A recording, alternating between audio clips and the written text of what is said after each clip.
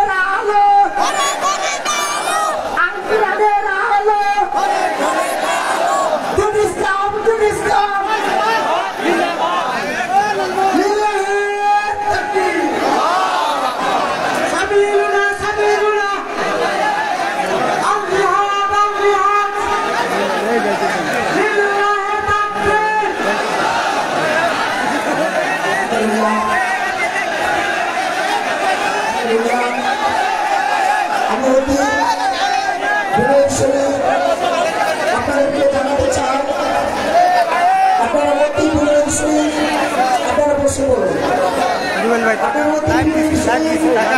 আপনারা সবাই বসে পড়ুন, প্লিজ আপনারা বসে পড়ুন, প্লিজ আপনারা মিছিল করেন না, প্লিজ আপনারা বসে পড়ুন।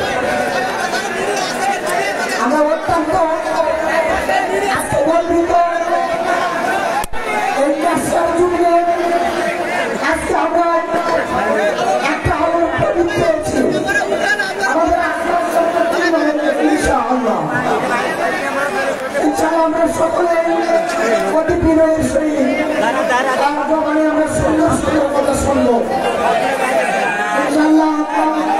আলহামদুলিল্লাহ আমাদের মাঝে এক্ষুনি উপস্থিত হয়েছে আজকে প্রধান মেহমান মুফতি আমি আমরা কুষ্টিয়া। ইনশাআল্লাহ আমরা বিরক্ত বোধ করবো না, অস্থির হব না, আমরা সকলে পরস্পরে আমরা ভাই ভাই আনন্দ সব কিছু দুর্বৃত করে আমরা আনন্দের সঙ্গে বসবো ইনশাআল্লাহ। আজকে আমাদের আলোর প্রদীপের জন্য আজকে এই মুহূর্তে আমি আপনার জন্য আজকে এই দিনের প্রদীপ এই দিনের কুটি আপনাদের কুটি উজ্জ্বল কামনার জন্য আজকে যে আমরা অনেক সংগ্রাম করি ইনশাআল্লাহ। আজকে আমাদের কাছে আমরা অতি গর্বের সহিত আপনাদের জানাতে চাই আমরা প্রধান অতিথি হিসাবে জনাব মোহাম্মদ থানা আক্কেলপুর আমাদের মাঝে এসেছেন এবং উনি আপনাদের মাঝে কিছু বলতে চান।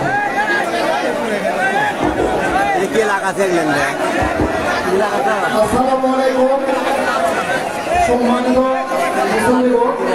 আসলে আমরা সবাই শান্তিপূর্ণভাবে যেহেতু আমাদের প্রধান বক্তা আমাদের স্টেজে এসেছে আমরা শান্তিপূর্ণভাবে সবাই তার বক্তব্য তার শুনবো এবং সবাই ধৈর্য ধারণ করবো।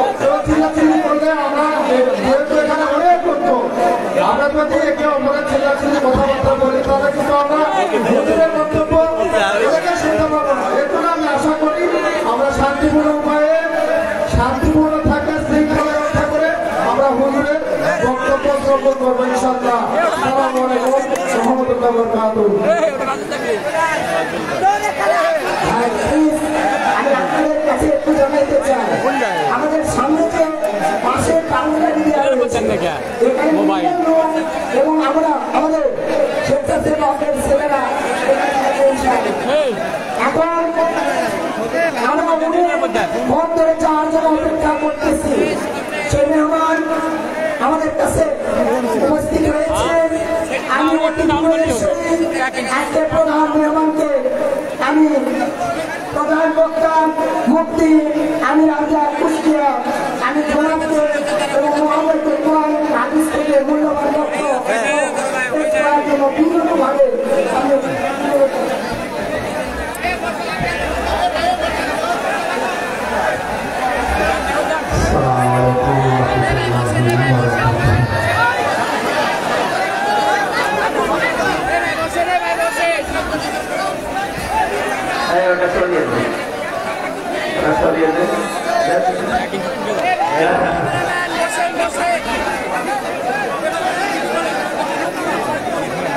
Alhamdulillahi rabbil masyriqaini wa rabbil maghribain. Alladzi khalaqa kulla shay'in zawjayn.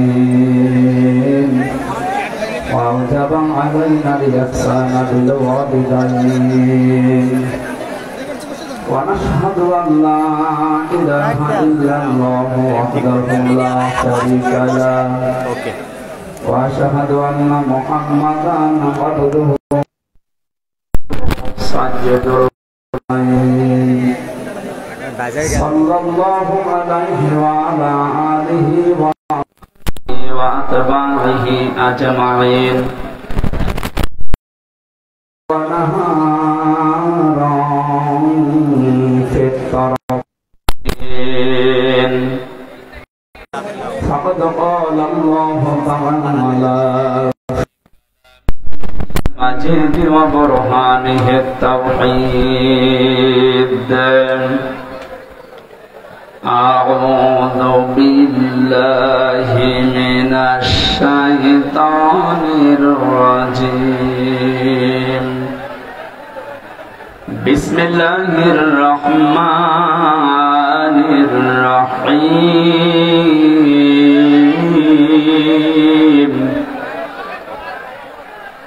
Fabima rahmatin minallahi linta lahum walau kunta fazzan ghalizal qalbi lam faddu min hawlika fa'fu anhum wastaghfir lahum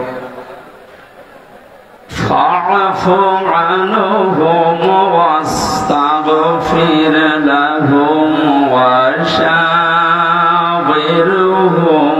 fil amr. Azamta fatawakkal 'ala Allah.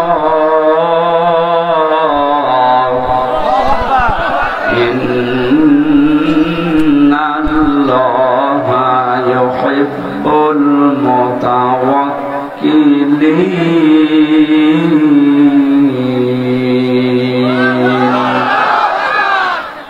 Sadaqta ya Rabbana. An Abi Hurairah radhiyallahu ta'ala anhu qala qala an-nabiy sallallahu alaihi wasallam man ahabba sunnati faqad ahabbani wa man ahabbani kana ma'i fil jannah. Rawahu Ibnu Majah. Wa qala ta'ala fi syani rasulihi Innallaha wa malaikatahu yusalluna 'alan nabi ya ayyuhalladzina amanu sallu 'alaihi wa sallimu taslima. Allahumma salli ala sayyidina maulana Muhammad.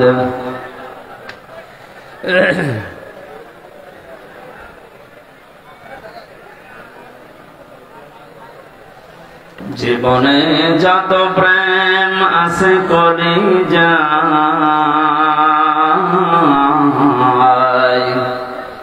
নবীজির তরে সবটুকু দিয়ে দেব তাই বিনিময়ে শাফাত যদি তার পাই মুছে যাবে জীবনে যত ব্যথা ভার বালাগাল উলা বিকামালিহি কাশাফাত দুজা حسنت جميع خصاله صلوا عليه وآله اللهم آمين ربنا ظلمنا أنفسنا وإن لم تغفر لنا وترحمنا من الخاسرين রব্বুল আলামিন এ বিশাল আসমানের মালিক বিস্তীর্ণ জমিনের মালিক কোরআনে কারীম আমরা শুনতে এসে তোমার শাহী দরবারে হাত তুলেছি এখানে যা কিছু বলা হবে শোনা হবে আমাদের প্র্যাকটিক্যাল লাইফে সেট করার তৌফিক দাও জীবন চলার পথে যত অন্যায় করেছি আল্লাহ গোপনে নয় মানব সম্মুখে আমরা প্রকাশ্যে স্বীকৃতি দিচ্ছি আমরা অপরাধী মেহেরবানি করে জীবনের অপরাধগুলো তুমি নেকি বানিয়ে দাও মাহফিলের আয়োজন যারা করেছে শোনার জন্য যারা আসতেছে কিয়ামতে মুসিবতে এই মাহফিলটা আমাদের জান্নাতে যাওয়ার মাধ্যম বানিয়ে দিও আল্লাহ সুবহানা রাব্বিকা রাব্বিল ইজ্জাতি আম্মা ইয়াসিফুন ওয়া সালামুন আলাল মুরসালিন আলহামদুলিল্লাহি রাব্বিল আলামিন বাংলাদেশ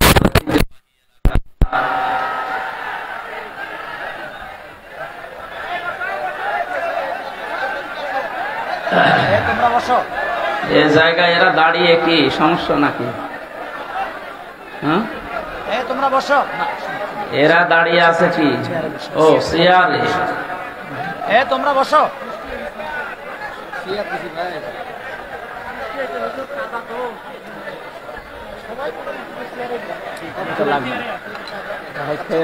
কিচ্ছু লাগবে না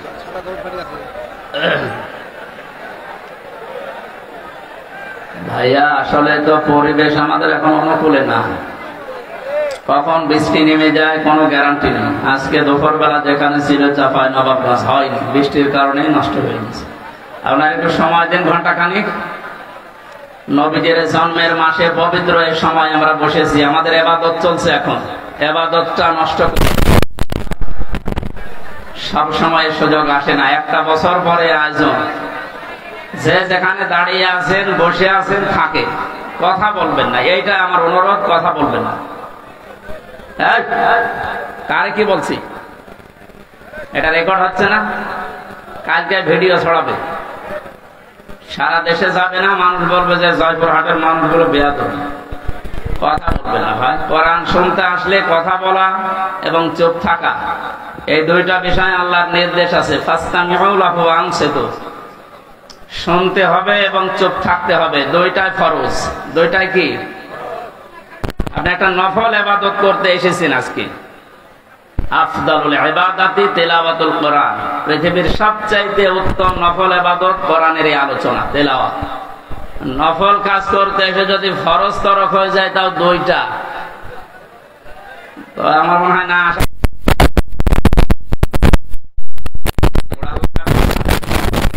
কষ্ট হলেও চুপ করেন যে ইবাদতে কষ্ট বেশি হয় ওই ইবাদতে সওয়াব বেশি হয় ধৈর্য ধারণ করি আমরা বাংলাদেশের ঐতিহ্যবাহী জনপদ জয়পুরহাট আক্কেলপুর থানার অন্তর্গত এই থানায় যারা বসবাস করে মনে হয় এদের আক্কেল বেশি নাকি তো আজকের যে অবস্থা হচ্ছে কেন আশা করছি আপনাদের নাম এটা কামে লাগাবেন আক্কেলপুর থানা মনে লাগবে হাই স্কুল ময়দানে এলাকাবাসী কর্তৃক আয়োজিত তাফসীরুল কোরআন মাহফিলের স্বনামধন্য সভাপতি আজকের মাহফিলের সভাপতিকে নাম কই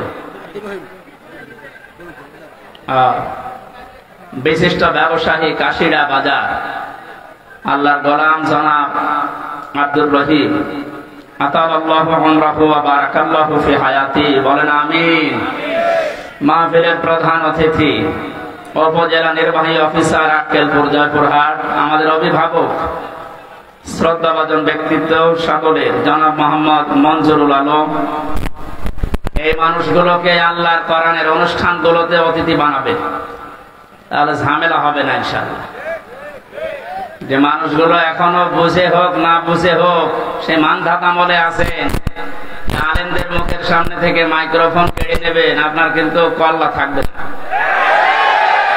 সেদিন চলে গেছে এখন সেদিন আর নেই কয়েকদিন আগে বাংলাদেশের গোয়েন্দা বিভাগের প্রধান যিনি, আমি কথা বললাম, উনি কল দিয়েছিল, বলছিল হামজা ভাই সারা বাংলাদেশের যেখানে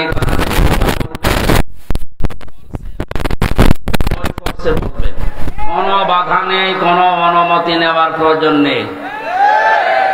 অন্যান্য ধর্মীয় অনুষ্ঠান যেভাবে বাংলাদেশে হয়, কোরআনের আলোচনা ঠিক ওই ধাঁচে হবে। কেউ যদি বাধা দেয়, শুধু নাম আর বাবার নাম আর জায়গার নাম জানাবেন, ওর ঠ্যাং ভেঙে ফেলবে। বললাম স্যার আপনি এতদিন ছিলেন কোথায়? বলছে আমি নতুন এসেছি, আমি একজন মুসলিম, আর মুসলমান হিসাবে যা করা লাগে, অন্যান্য ধর্মীয় অনুষ্ঠানগুলো যদি কোনো আয়োজন না লাগে, কারো প্রয়োজন না লাগে, অনুমতি না লাগে, ঝামেলা না হয়, ৯৬% মুসলমান এই দেশে আমরা বাস করি, আমাদের কলিজার চাইতেও দামি কোরআন কারীম, তার প্রচারে প্রসারে অনুমতি নেওয়া লাগবে, ঝামেলা করবে আর তাকে আমরা ছেড়ে দেব? কখনো না। এই জন্যে যাতে মাতাল হলো আমরা তাহলে ঠিক আছি, বাস্তবতা বুঝে কাজ করবেন। বিশেষ করে আমাদের এখানে উপস্থিত হয়েছেন আজকে আক্কেলপুর থানার অফিসার ইনচার্জ, আমাদের অভিভাবক, নতুন এসেছেন আপনাদের কাছে, জনাব মোহাম্মদ নয়ন হোসেন দামাত বারকাতুহুমুল আলিয়া। এতক্ষণ যারা আলোচনা রাখলেন, হযরত মাওলানা তরিকুল ইসলাম, মাওলানা আব্দুল কাদের, আর যত মানুষের নাম দিয়েছে, এ তো মনে হয় কয়েক মিনিট শুধু বলতেই সময় লাগবে, এমনিতে রাত বেশি হয়ে গেছে। আমি কয়েকদিন আগে মালয়েশিয়া, সিঙ্গাপুর, কয়েকটা দেশে ঘুরছিলাম। মাওলানা মিজানুর রহমান হাজারি, জাকির নায়েক এবং ডেভিড লিউ বলে একজন আছে, নাম করা স্কলার, সারা বিশ্বে পরিচিত। এই মানুষগুলোর সাথে আলোচনা ছিল, ওনারা জানাচ্ছিলেন যারা আমরা এই যে কোরআনে কারিমের ময়দানে কথা বলি, এগুলো একটা ক্লাসের মতো। যদিও এখানে ছাত্রের মান সব এক না, এখানে এক এক রকম ছাত্র আছে। আমাদের বিশ্ববিদ্যালয়ের ক্লাস যারা নিত, সামনে যে সব ৮২ জন ৮৫ জন বসে আছে, সব এক মাপের, এক ক্লাসের এক মাপের ছেলেরা মেয়েরা।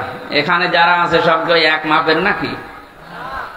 এখানে এমনও লোক আছে একবার বললে বুঝবে, এমন লোক আছে ২ বার বললে বুঝবে, এমন লোক আছে ৮০ বার বললেও ওরা জিজ্ঞাসা করবে কি। সে যেহেতু সব ধরনের ছাত্র ছাত্রী এখানে আছে, এই জন্য ক্লাসটা একটু কঠিন। তারপরেও আমরা ক্লাস নেব আল্লাহ কোরআন থেকে। ক্লাস সর্বোচ্চ নেওয়া হয় ৪৫ মিনিট। বিশ্ববিদ্যালয়ে যারা ক্লাস নেয় আমরা দেখেছিলাম, সর্বোচ্চ ক্লাস নেয় ৪৫ মিনিট। কেন ভার্সিটি যারা ক্লাস নেয়, এদের কোনো যোগ্যতা নেই, ৪৫ মিনিটের পরে আর কথা বলতে পারে না, এই জন্যে নাকি? হ্যাঁ, বিজ্ঞান প্রমাণ করছে মানুষের এই মাথার ভেতরে আল্লাহ ৬টা জিনিস বিশেষ করে দিয়ে রেখেছেন। ফ্রন্টাল লব, অক্সিপিটাল লব, এরকম ৬টা জিনিস দিয়ে সাজিয়ে এক একটার ভেতরে ৮টা, ১০টা, ১২টা, ১৫টা, ১৮টা, ২৪টা পর্যন্ত বিষয় দেওয়া আছে। এগুলো ক্যাচ করে। আমি বলতেই থাকলাম, আপনি শুনতেই থাকলেন না। মানুষের মেধায় কথা ধরার একটা লিমিট আছে। বিজ্ঞান প্রমাণ করেছে যে ৪০-৪৫ মিনিটের পরে আপনি যদি কথা বলেন, আগেরটা ভুলে যাবেন, পরে আবার ওইটা যোগ হবে। এই জন্য যারা ক্লাস নেয়, সারা পৃথিবীতেই প্রায় এই নিয়ম, ৪০-৪৫ মিনিটের উপরে কোনো ক্লাস হয় না। কারণ আপনি কথাটা যেন ধরে রাখতে পারেন। এটা যেহেতু ক্লাসের মতো আমরা অন্তত ৪০ মিনিট না, ১-১.৫ ঘন্টা মতো বা ১ ঘন্টা মতো কথা বলবো ইনশাআল্লাহ। কোরআনে কারীম থেকে কিছু নিয়ে যেন আজকে বাড়ি যেতে পারি। যত মানুষের নাম যেহেতু দেখলাম, তাদের সম্মান আছে, এই জন্য আপনারা দাওয়াত দিয়েছেন, আমরাও তাদের সম্মান জানাচ্ছি কোরআনের অনুষ্ঠানে। আল্লাহ তুমি তাদের সম্মান আর মর্যাদা দুনিয়া আখিরাতে দুইটাই বাড়িয়ে দাও। সামনে বসা মুসলমান ভাইরা, পর্দার আড়ালের সম্মানিতা মা এবং বোনেরা, প্রশাসনের ভাইরা, প্রাণ প্রিয় জয়পুরহাটবাসী, দল মত জাতি বর্ণ ধর্ম নির্বিশেষে, এটা জামাতে ইসলামের অনুষ্ঠান নয়, এটা চরমনাই পীরের অনুষ্ঠান নয়, এটা বিএনপির অনুষ্ঠান নয়, এটা আওয়ামী লীগের অনুষ্ঠান নয়। হাদা বায়ানুল লিন্নাস হুদাল লিন্নাস। মানুষ পদবাচ্চে যারা বিবেচিত তাদের জন্য আল্লাহ এই কোরআন দিয়েছেন। কথা বলেন ঠিক কিনা? সুতরাং সেই নিয়ত নিয়ে আজকে আমরা এসেছি। বলেন আলহামদুলিল্লাহ। আল্লাহ পাক বলেন তাহা মা আনসালনা আলাইকাল কুরআনা লিতাশকা। হে নবী, এই কোরআন আমি আপনাকে এই জন্য দেইনি যে আপনি মার খাবেন, পৃথিবীতে না খেয়ে থাকবেন, অপমান হবেন, অপদস্থ হবেন, লাঞ্ছিত হবেন, বঞ্চিত হবেন না। এ কারণে আমি কোরআন দেইনি। কোরআনে কারীম আপনাকে আমি দিয়েছি পৃথিবীর উপরে থাকবেন। কোথায় উপরে আছে আজ আমরা? না। আমাদের যে সমস্ত ভুলের কারণে আমরা উপরে থাকতে পারি না, ওই বিষয়গুলো আজকে কোরআনে কারীম দিয়ে আমরা ক্লিয়ার করব। 27টা বিষয় আছে, আজকে আমি একটা বিষয় শুধু ক্লিয়ার করার চেষ্টা চালাবো ইনশাআল্লাহ। এই আপনি এখান থেকে সরে বসুন, পেছনে যারা আছে একটু পরে চিল্লাবে, জানতে পারছেন?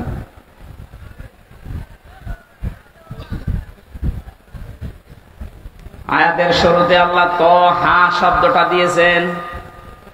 কোরআনে কারিমে আল্লাহ পাক নবীজিকে বিশেষ করে 7টা নামে ডাক দিয়েছেন, তার ভিতরে এইটা একটা।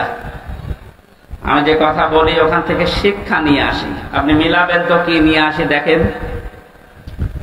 বিশ্বনবীকে আল্লাহ যে 7টা নামে ডাক দিলেন, তার প্রথম নাম ছিল ইয়াসিন। ইয়া হরফে নেদা, ইয়া মানে হে, সিন মানে সাজ্জেদ।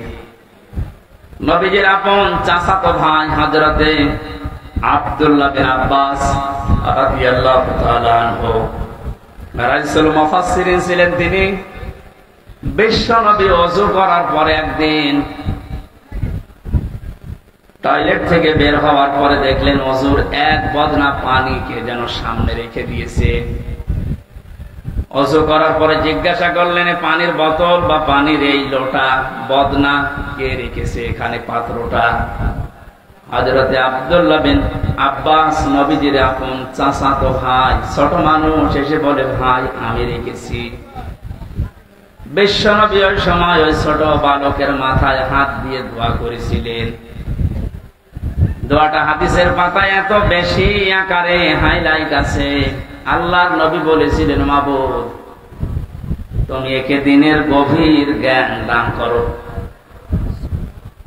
তামাম দুনিয়াতে যত মুফাসসির আসবে কিয়ামত পর্যন্ত নবীজির এই দোয়ার কারণে এই লোকটাকে আল্লাহ মুফাসসিরদের সম্রাট বানিয়ে দিয়েছে।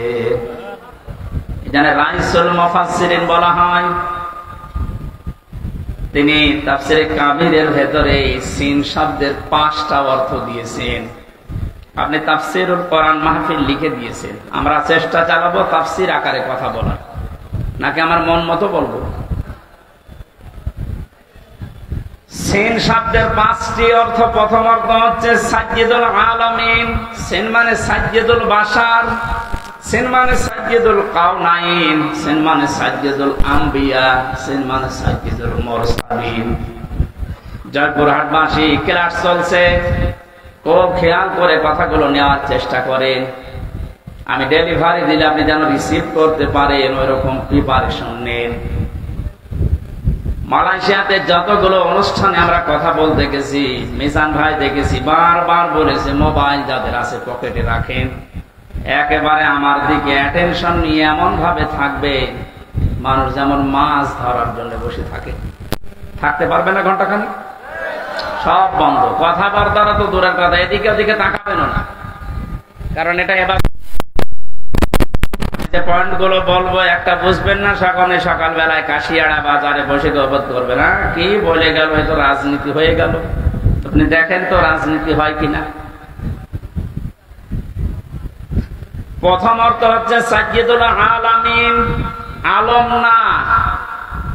এই পৃথিবীতে এখন স্বাধীন পরাধীন মিলে রাষ্ট্রের সংখ্যা 228টা। কয়টা? আমার মনে হচ্ছে কয়েকদিন পরে 235টা হবে, 7টা বাড়তেছে। কথা বলেন, আমি কি ইয়াকি মারছি? 7টা বাড়ছে না?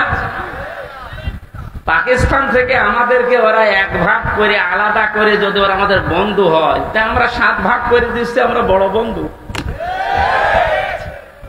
আপনি কি বুঝে চিল্লাচ্ছেন নাকি আন্দাজে?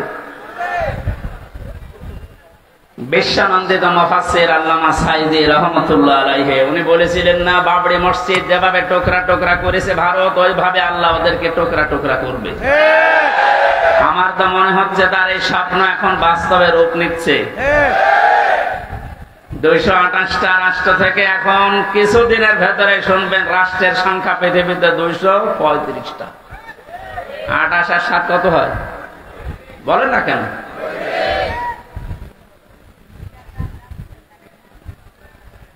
এখানে উঠে বসেন, কেউ এখানে আসবেনও না, কেউ যাবেনও না। না, এই ডিস্টার্ব হলে আসলে আমার ক্লাস করার অভ্যাস নেই ওইভাবে। একটু সাহায্য করেন আমাকে। না, এতদিন পর্যন্ত এই যে মুক্তিযুদ্ধের চেতনা নিয়ে যারা দেশ চালিয়ে গেল, এরা কি বলতো যে এরা আমাদের বন্ধু, কারণ এরা আমাদেরকে পাকিস্তান থেকে আলাদা করে দিয়েছে। ওখান থেকে 1 ভাগ করে আমাদের আলাদা করার কারণে যদি ওরা এত বড় বন্ধু হয়, তাও সারা জীবনের জন্য আমরা 7 ভাগ করে দিচ্ছি। তাহলে আমরা কত বড় বন্ধু ওদের। ডক্টর মোহাম্মদ ইউনূস দায়িত্ব নিয়ে পরের দিন ঘোষণা দিয়েছিলেন, এই দেশকে যদি শান্তিতে থাকতে না দেন, 7 সিস্টারও শান্তিতে থাকবে না। 235টা রাষ্ট্রে আপনি যেখানেই বাস করেন, সেখানেই বিশ্ব নবীকে আপনাকে নেতা মানা লাগবে। বলেন নেতা শব্দ কোথায়? যে সাজ্জেদ মানে নেতা। কিছুক্ষণ আগে আপনি আরবিতে বললেন না, আল্লাহুম্মা সাল্লি আলা সাজ্জেদিনা, হে আল্লাহ তুমি রহমত নাজিল করো আমাদের নেতার উপরে। আমাদের নেতার নাম কি? আল্লাহ বলেন তুই নিজে বললি, আলা মুহাম্মদ, মুহাম্মদের উপরে। এই জন্য আল্লাহর ঘোষণা দেওয়া আদর্শ বা নেতা এই পৃথিবীতে মাত্র একজন আছে, তার নাম মুহাম্মদুর রাসূলুল্লাহ। কেউ যদি এই পৃথিবীতে 235টা রাষ্ট্রে বাস না করে বলে আমি মঙ্গল গ্রহে থাকি, সেখানেও আপনাকে মানা লাগবে, কারণ সাজ্জিদুল আলামিন। কেউ যদি বলেন আমি চাঁদের দেশে থাকি, সে দেশেও আপনাকে রাসূলুল্লাহকে নেতা মানা লাগবে। বিশ্ব নবী বাদ দিয়ে অন্য কেউ আপনার নেতা হতেই পারে না। কেন বারবার এই শব্দটা বলছি? এটা যদি শুধু দুনিয়ার সাথে সম্পৃক্ত হতো, এটা কোরআন আমার সামনে, আল্লাহর কসমের শব্দ আমি এতবার উচ্চারণ করতাম না। এই সম্পর্ক কিন্তু আখিরাতের সাথে। নারী হোক আর পুরুষ হোক, তার একমাত্র আদর্শ হওয়া লাগবে বিশ্ব নবী। মানুষকে যখন কিয়ামতে আল্লাহ তুলবেন, প্রতিটি মানুষকে বিচারের প্রথম ধাপে আল্লাহ ডাক দেবেন তার সামনে একা একা। অকুল্লুহুম আতিহি ইয়াউমাল কিয়ামাতি ফারদা। সূরা মরিয়ম 16 নম্বর পারার 10 নম্বর পৃষ্ঠার 15 নম্বর লাইনের শেষ নাম্বার রুকু 95 নম্বর আয়াত।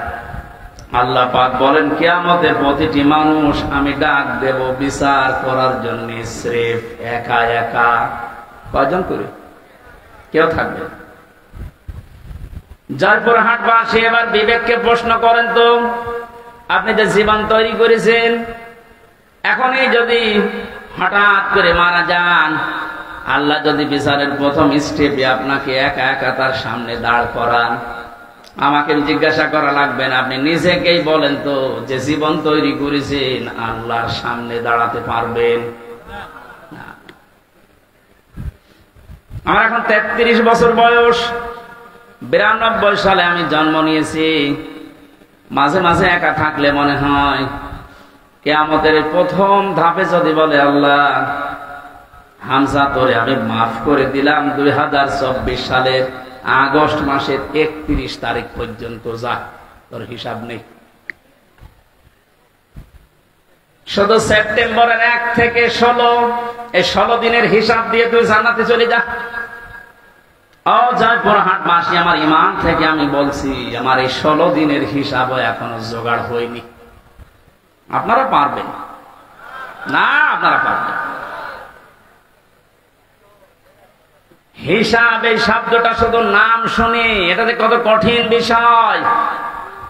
কয়েকদিন আগে আমার মামলা যত ছিল সব আদালত খারিজ করে দিয়েছে। মামলার কপি হাতে নিয়ে বিচারপতি বলছে, কি দেখে মামলার বিচার করব, এর মধ্যে কোনো মাল নেই, ফেলে দিবে। সরকারি পিপি যে ছিল তারা বলছে, কি দেখে বিচার করবো, একটা মামলা হইলো।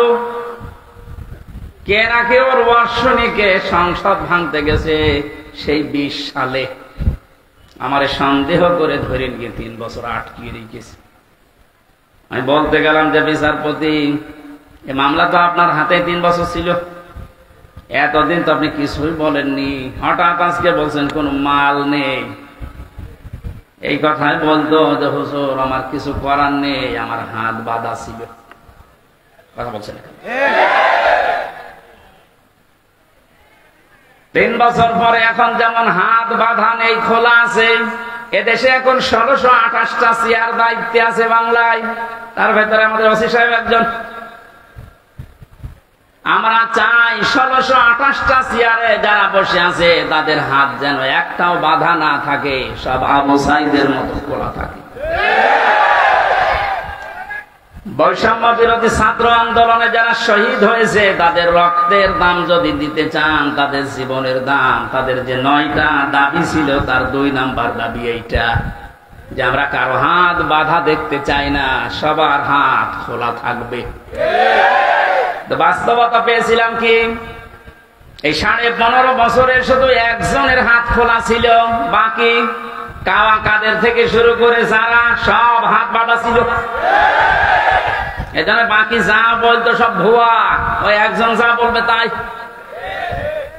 যেহেতু উনি আর নেই, না না, যেখানে যাই যাক, যেন ভালো থাকে। আমরা চাই এ দেশে কিয়ামতের আগে যেন আর কারো হাত বাঁধা না থাকে।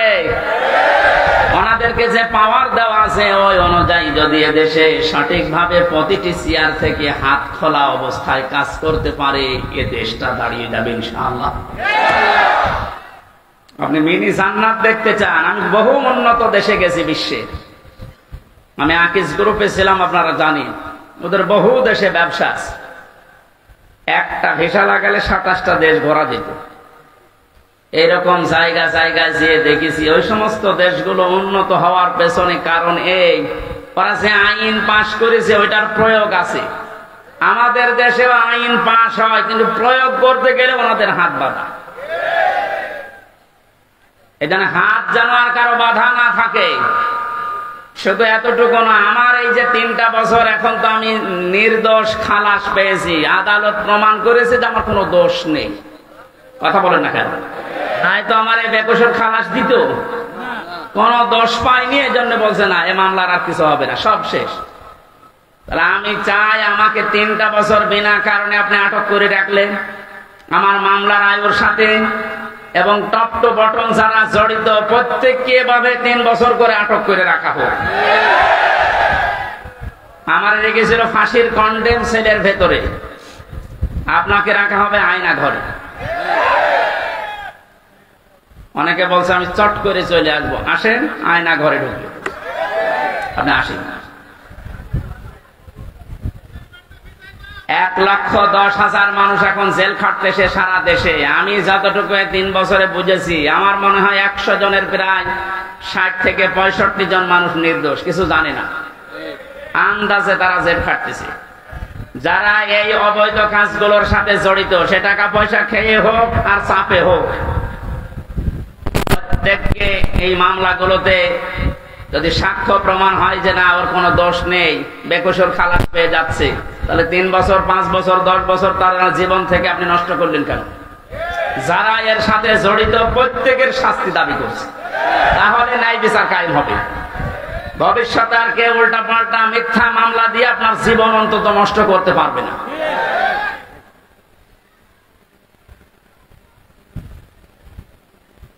হিসাব বড় কঠিন জিনিস। আমি যখন আসছিলাম আদালত থেকে, হঠাৎ ব্যক্তি নিয়ে আসতেছে হাজী সেলিম, নাম শুনে বোঝা যাচ্ছে আল্লাহর ওলি হবে। বলছে চরিত্র শয়তান মত নিচে নামে না, হাওয়া করে কাঁদতেছে। আমার তো মনে হচ্ছিল ওই সময় ওর সামনে আমি, আমার যতটুকু বাস্তবতা দেখে মনে হচ্ছে আদালতকে যেন, কথা তো বলতে পারে না, নৌকা বলতে গেলে হৌকা বলে ফেলে, কথা বের হয় না। যদি কথা বলতে পারতো ভালোভাবে, ও বলতো আদালত আমার যত কিছু আছে সব আমি দিয়ে দিলাম, আমারে ছেড়ে দিন। কিয়ামতের ময়দানটাও ঠিক এইভাবে আল্লাহ সাজাবেন। আল্লাহ পাক বলেন ওয়াসাহিবাতিহি ওয়া আখিহি ওয়া ফাসিলাতিহি আল্লাতী তুবি। মানুষ তার নিজের ভাইকে, তার নিজের স্ত্রী সন্তানকে, তার জ্ঞাতি গোষ্ঠীকে, তার বংশের লোক, তার দলীয় লোক, তার আত্মীয় স্বজন, যত যারা সাহায্য করত, তাকে আশ্রয় দিত দুনিয়ায়, সবাইকে আল্লাহ সামনে নিয়ে বলবে আল্লাহ এগুলো সব দিয়ে দিলাম মুক্তিপণ হিসাবে, তুমি আমারে কিছু বলবা না। এই কথাটা কি মিথ্যা মনে হচ্ছে? সূরা মারিজের আয়াত আল্লাহ নিজে নাযিল করে জানিয়েছে মানুষ এটা বলবে। আমিও হতে পারি, আপনিও হতে পারেন, কিয়ামতে বলা লাগবে আল্লাহ আমার এই মেয়েকে আমি দিয়ে দিলাম। এই আয়াতটা যখন আমি জেলখানায় থাকতে পড়েছিলাম, তখন ছোট মেয়েটার বয়স 1 বছর মাত্র। সবচেয়ে বেশি মনে পড়তো ওর কথা। মাঝে মাঝে চিন্তা হতো আল্লাহ এর প্রতি আমার যে ভালোবাসা, দুর্বলতা, মহব্বত তুমি তৈরি করে দিয়েছো, কিয়ামতে এই ফারিহা জান্নাত কেউ নাকি আমি বলবো আল্লাহ এরেও দিলাম মুক্তিপণ হিসাবে। এটা আমার কেমন লাগে, আমার বিশ্বাস হতে চায় না। কিন্তু কিয়ামতের ভয়াবহ যে দৃশ্য আল্লাহ নিজে ফুটিয়ে তুলেছেন, তখন মনে হয় না ফারিহা না, ফারিহার মাকে পর্যন্ত বলা লাগবে আল্লাহ এরেও দিয়ে দিলাম।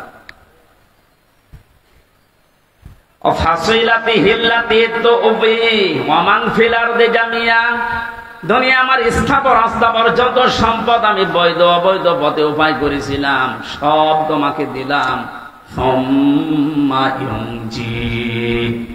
এরপরও তুমি আমারে নাজাত দাও। সঙ্গে সঙ্গে আল্লাহ ধমক দেবেন কাল্লা ইন্নাহা লাযা,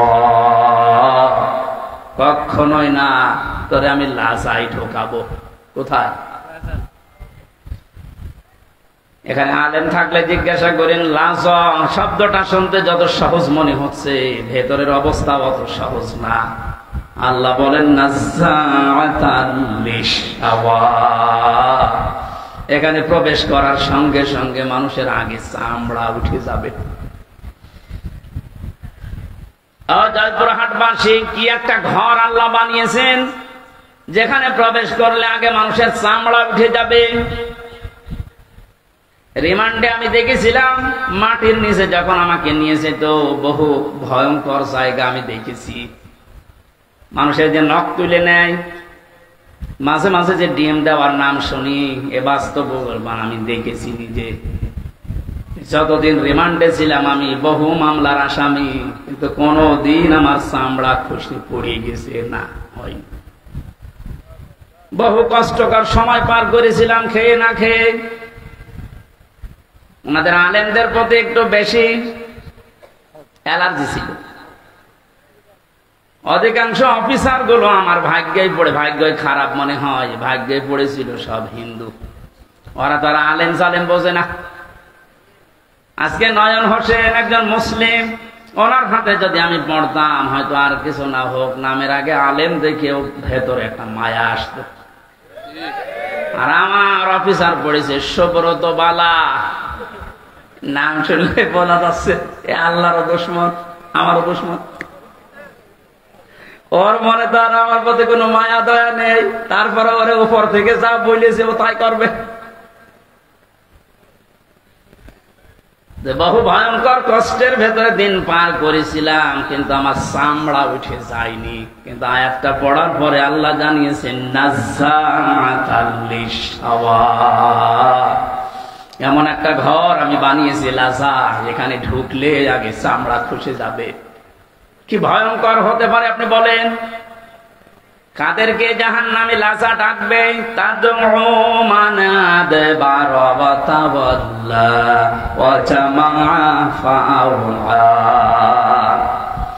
যে মানুষগুলোকে সত্যের দিকে আহ্বান করা হয়, সত্যকে সত্য জানার পরও যারা অহংকার করে, এতবার করে, মুখ ফিরিয়ে চলে যায়। আর এই চরিত্রের মানুষ বাংলাদেশে বেশি। ও জানে যে এটা সত্য বিষয়, সত্য পথ, এরপরও হিংসা করে, অহংকার করে মানতে চায় না।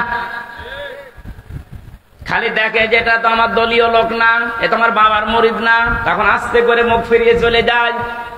এটা সত্যকে আপনার মন বলছে যে এটা সত্য পথ, এটা সঠিক পথ, শোনার পরে জানার পরও যদি আপনি মুখ ফিরিয়ে চলে যান, আপনাকে আল্লাহ প্রবেশ করাবে লাজায়। কোথায়? কি ভয়ঙ্কর তথ্য আল্লাহ দিলেন, দেখলেন না? চামড়া খসে যাবে আগে। 2 নম্বরে দুনিয়ায় যারা মাল সম্পদ, অর্থ সম্পদ শুধু জমা করে, আর কি করে সংরক্ষণ করা যায় এই চিন্তা ভাবনায় থাকে। এই 15.5 বছরে যারা টাকা পয়সা জমিয়েছে, আপনি দেখেন তাদের দিকে, কোনদিন ঘূর্ণ অক্ষরও ভেবেছিল যে এভাবে আমার হঠাৎ করে হারিয়ে যাবে? ভাবে না। যারা জমা করেছেন বৈধ অবৈধ না দেখে শুধু জমিয়েছেন জমিয়েছেন জমিয়েছেন, আর কি করে সংরক্ষণ করা যায়, এটা স্থায়ী করা যায়, সেই চিন্তা ভাবনা করে শুধু স্থায়ী করার চিন্তা। দেশে জায়গা নেই, বেগম পাড়া বানিয়েছে, সুইস ব্যাংকে রেখেছে টাকা। অনেকের কত টাকা সে নিজেও জানে না। এখন কিছু কিছু মানুষ ধরা পড়ছে, দেখছেন না? বালিশের ভেতরে টাকা, ফ্রিজে টাকা। একটা মানুষের চলতে কত টাকা লাগে বলেন তো? এই যে দরবেশ, কি হবে তারা টাকা দিয়ে বলেন? এখন তো ঠিপি পচা ডিম খাচ্ছে। এত টাকার মালিক বাংলাদেশে, ধনীর তালিকায় সে লোকটা 1 নম্বরে, অথচ আদালতে তুলতে গেলে এই মানুষটাকে ডিম মারছে। কত বড় রাগ হলে আদালতে তোলার সময় মানুষের লাথি মারে বলেন? আমরা তো নিয়েছিলাম আদালতে, আমাদেরকেও নিয়েছে ওইভাবে, মাজায় দড়ি দিয়ে, হাতে হ্যান্ডকাপ দিয়ে, মনে হচ্ছে ছাগল গরু নিয়ে যাচ্ছে। কিন্তু হ্যাঁ, আমি দেখেছি যে অফিসার গুলো আদালতে তোলার সময় আসতো, এই প্রশাসনের এই মানুষগুলো চোখের দিকে তাকিয়ে দেখেছে, ওরা মনে মনে কাঁদতেছে। ওদের শুধু উপরের নির্দেশ আর হাত বাঁধা ছিল, এই জন্য কিছু করতে পারে নাই। নাম নিতে এখন আর বাধা নেই। গারদখানায় বহু অফিসারকে আমি পেয়েছিলাম মুসলিম, ওরা নিজেরা চুরি করে যায় নামাজ নিয়ে এসে আমার বলতো, হুজুর আপনি নামাজ পড়ে নেন। নিজেদের হালাল টাকা, অবৈধ টাকা না, জানে যে অবৈধ টাকা দিলে খেতে চাবে না। নিজেদের বেতনের টাকাগুলো দিয়ে, গরিব মানুষ ক টাকায় বেতন পায়, ওখান থেকে একটা ছোট্ট রুটি, ছোট্ট পাউরুটি এনে বলতো সারাদিন কিছু খাননি খান। কঠিন বিপদের সময় যে মানুষগুলো সাহায্য করেছিল, বিশেষ করে আমার আব্দুল আলিম কারাগারের ভেতরে এবং ওই গারদখানায়, ওই মানুষগুলোর জন্য এমনিতেই মন থেকে কান্না চলে আসে। দোয়া করি, আল্লাহ তুমি তাদেরকে সর্বোচ্চ জায়গায় পৌঁছিয়ে দাও, তাদের জীবনের অভাবগুলো দূর করে দাও। যে চরিত্র 2টার কথা বললাম আছে বাংলাদেশে, আপনি মিলান। যাদেরকে সত্যের পথে ডাকা হলে অ্যাবাউট টান করে চলে যায়, আর যারা শুধু সম্পদ জমা করে আর হিসাব নিকাশ করে যে কত হচ্ছে, এই চরিত্রের মানুষ দেশে আছে না নেই? এখানে বলেন, এই মানুষগুলো আমরা দাঁড়াবো আল্লাহর সামনে। আমি তো বললাম আমার 16 দিনের হিসাব এখনো ঠিক হয়নি, আর আপনার 16 বছরের হিসাব কি করে ঠিক করে রেখেছেন? এইটার হিসাব আসলে মানুষের জীবন পাল্টানো সহজ। ওই যে মক্কার লোকগুলো যারা মানুষ খুন করত, জেনা করত, মানুষের সম্পদ ছিনতাই করত, ওদেরকে যখন নবীজি এই ভয়টা তৈরি করেছিলেন যে জবাব কিন্তু দেওয়া লাগবে, এই মানুষগুলো এতে পরিবর্তন হয়ে গেছে, যারা নারীর ইজ্জতের জম ছিল তারা নারীর ইজ্জতের পাহারাদার হয়ে গেছে। আমরা এই দেশে এইটাই করতে চাই। কিন্তু এটা করার জন্য যেটা লাগবে তার নাম কোরআন। এটা বাদ দিয়ে মানুষের চরিত্র সংশোধন করা সম্ভব না। এইটাই আমরা চাচ্ছি। মানুষগুলো যারা চিন্তা করে, রাহাজানি করে, যারা জেনা করে, মদ খায়, এই মানুষগুলোর ভেতরে জবাব দেওয়া লাগবে। এই টেন্ডেন্সি যদি আমরা এই সমস্ত অনুষ্ঠানগুলো করে করে ঢুকিয়ে দিতে পারি, যারা চিন্তাই করছে তারাই সম্পদের পাহারাদার হবে ইনশাআল্লাহ।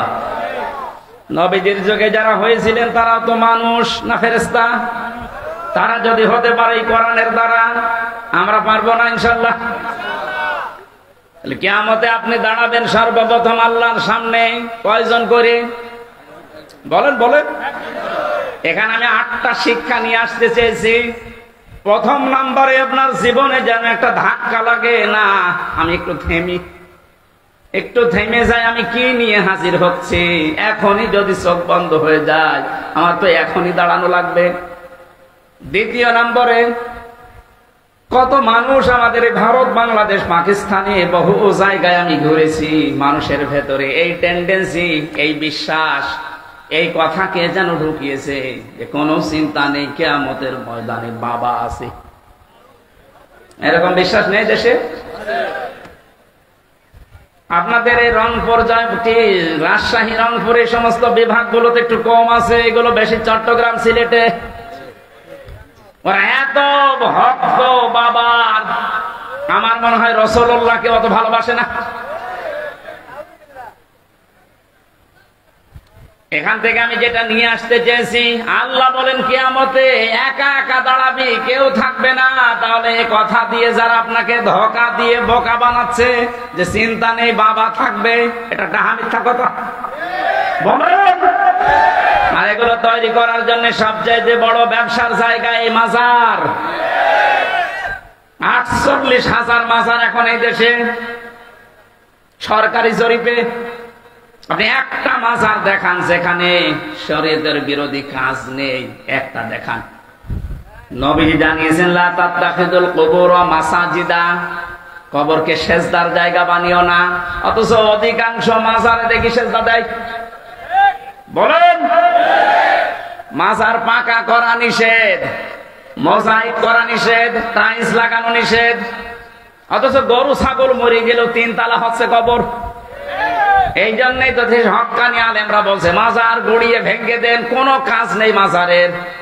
মাজারের যদি এত সম্মান থাকতো, নবীজির জামাই হযরত ওসমানকে দেখে আসলাম, কবর জান্নাতুল বাকিতে পড়ে আছে, একটা পাথর দেওয়া মাত্র, কিচ্ছু নেই।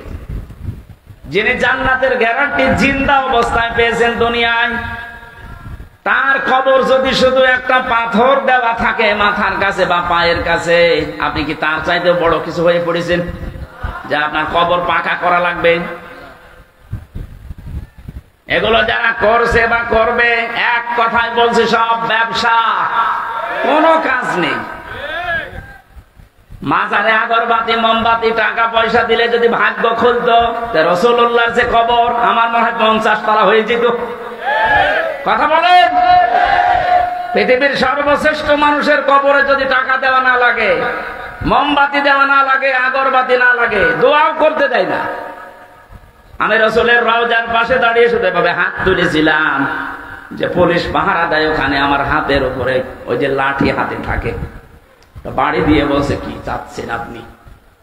কিছু চাই না, রাসূলের জন্য দোয়া করছি। আমি আরবিতে ওনারে বললাম, ওনার ভাষা দিয়ে আমারে বলছে কি বলেন, আপনি যদি দোয়া করার দরকার হয় কাবা শরীফের কাছে, কাবার দিকে তাকান, কাবার মালিকের কাছে কিছু বলেন। রাসূলের কাছে আপনি কি চান? ও মনে করছে আমি কিছু চাচ্ছি। শ্রেষ্ঠ কবর পৃথিবীতে, তার কবরের পাশে দাঁড়িয়ে যদি কিছু চাওয়া জায়েজ না হয়, পৃথিবীতে আর কোন মহারথী আছে যে তার কবরের পাশে যে চাওয়া যায়? সুতরাং এই ভ্রান্ত ধারণা থেকে, এটা যেন রেকর্ড হচ্ছে এই জন্য বলছি, কালকে সারা বাংলাদেশ সহ বিশ্বে বাংলা ভাষাভাষী মানুষের কাছে ছড়িয়ে যাবে। সবাইকে আহ্বান জানাচ্ছি, আপনি কিয়ামতে কোন বাবা নিয়ে উঠবেন না, কোন পীর সাহেব নিয়ে না, আপনি একা একা উঠবেন। কয়জন করে? স্রেফ একা, কেউ থাকবে না। আপনি আবার মিলান যে আপনি কি জবাব দেবেন।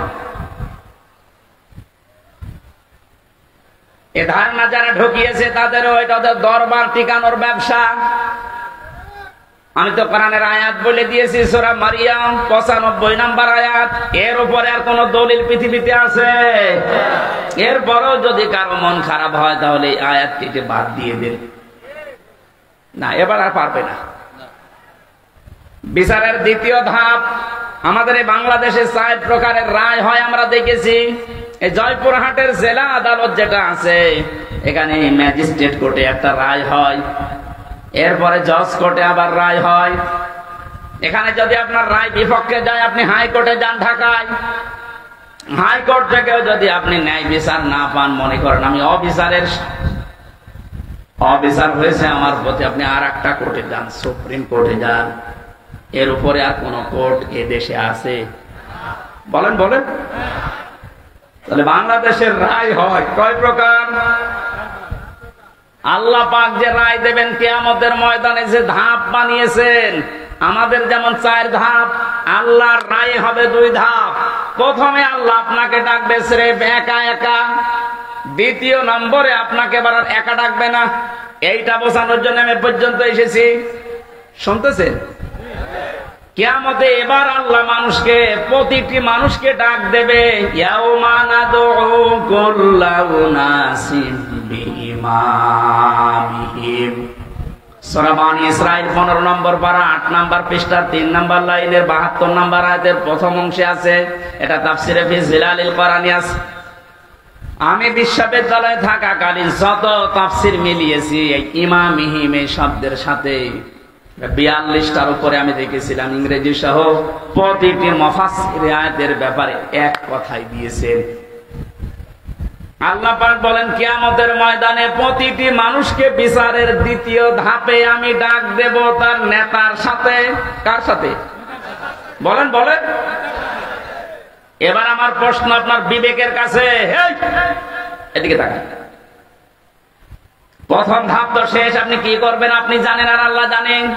আমি তো বললাম আমারটা মিলানো সম্ভব হচ্ছে না। তার 16 দিনের আপনি 16 বছর, 32 বছর, 45 বছর, 60 বছর মিলাবেন কি করে বলেন?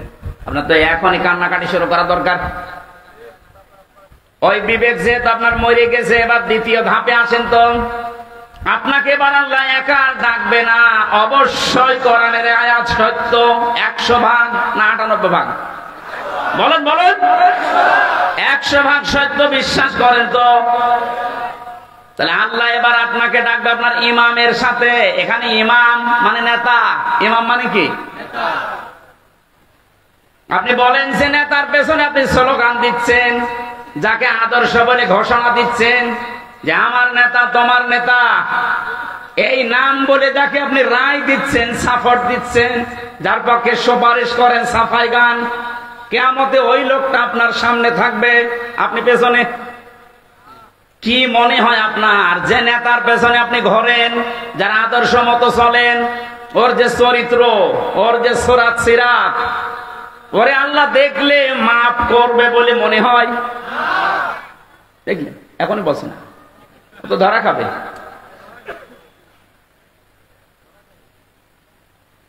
আমি তামাশা করার জন্য বলি না, আমার ইমান থেকে বলছি। কোরআনের এই চোখটা লাগিয়ে আমি দেখতে পাচ্ছি আমরা 100 জনের এই দেশে 98 জন ধরা খেয়ে বসে আছি। এই জন্য বলছিলাম এটা স্রেফ দুনিয়ার বিষয় হলে বলতাম না, এর সম্পর্ক আখিরাতের সাথে। ওই যে ইয়াসিন, আল্লাহর ঘোষণা দেওয়া নেতা এই একজন, তাকে না মেনে আপনি যাকে মানেন, তিনি যদি আপনার সামনে থাকতেন মুহাম্মদুর রাসূলুল্লাহ, আপনার চিন্তা থাকতো না? কথা বলে না কেন? তিনি বাদ দিয়ে আপনি যাকে মানেন, আপনি তো তাকে মানেন না। যাকে মানেন বলেন তো সেই লোকটা আপনার সামনে এখন দাঁড়িয়ে, আপনি পেছনে। আল্লাহ তো আগে তাকাবে তার দিকে। তার যে সুরাত সিরাত, তার চরিত্র কিছু না হলেও কিছু আপনি জানেন। আপনার চাইতে বেশি জানে ওর সম্পর্কে কে?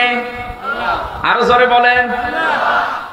নিজে নিজেই বলছেন যে না, ওর দিকে তাকালে আল্লাহর মাফ করা সম্ভব না, তা আপনার পর্যন্ত তো যাবেই না।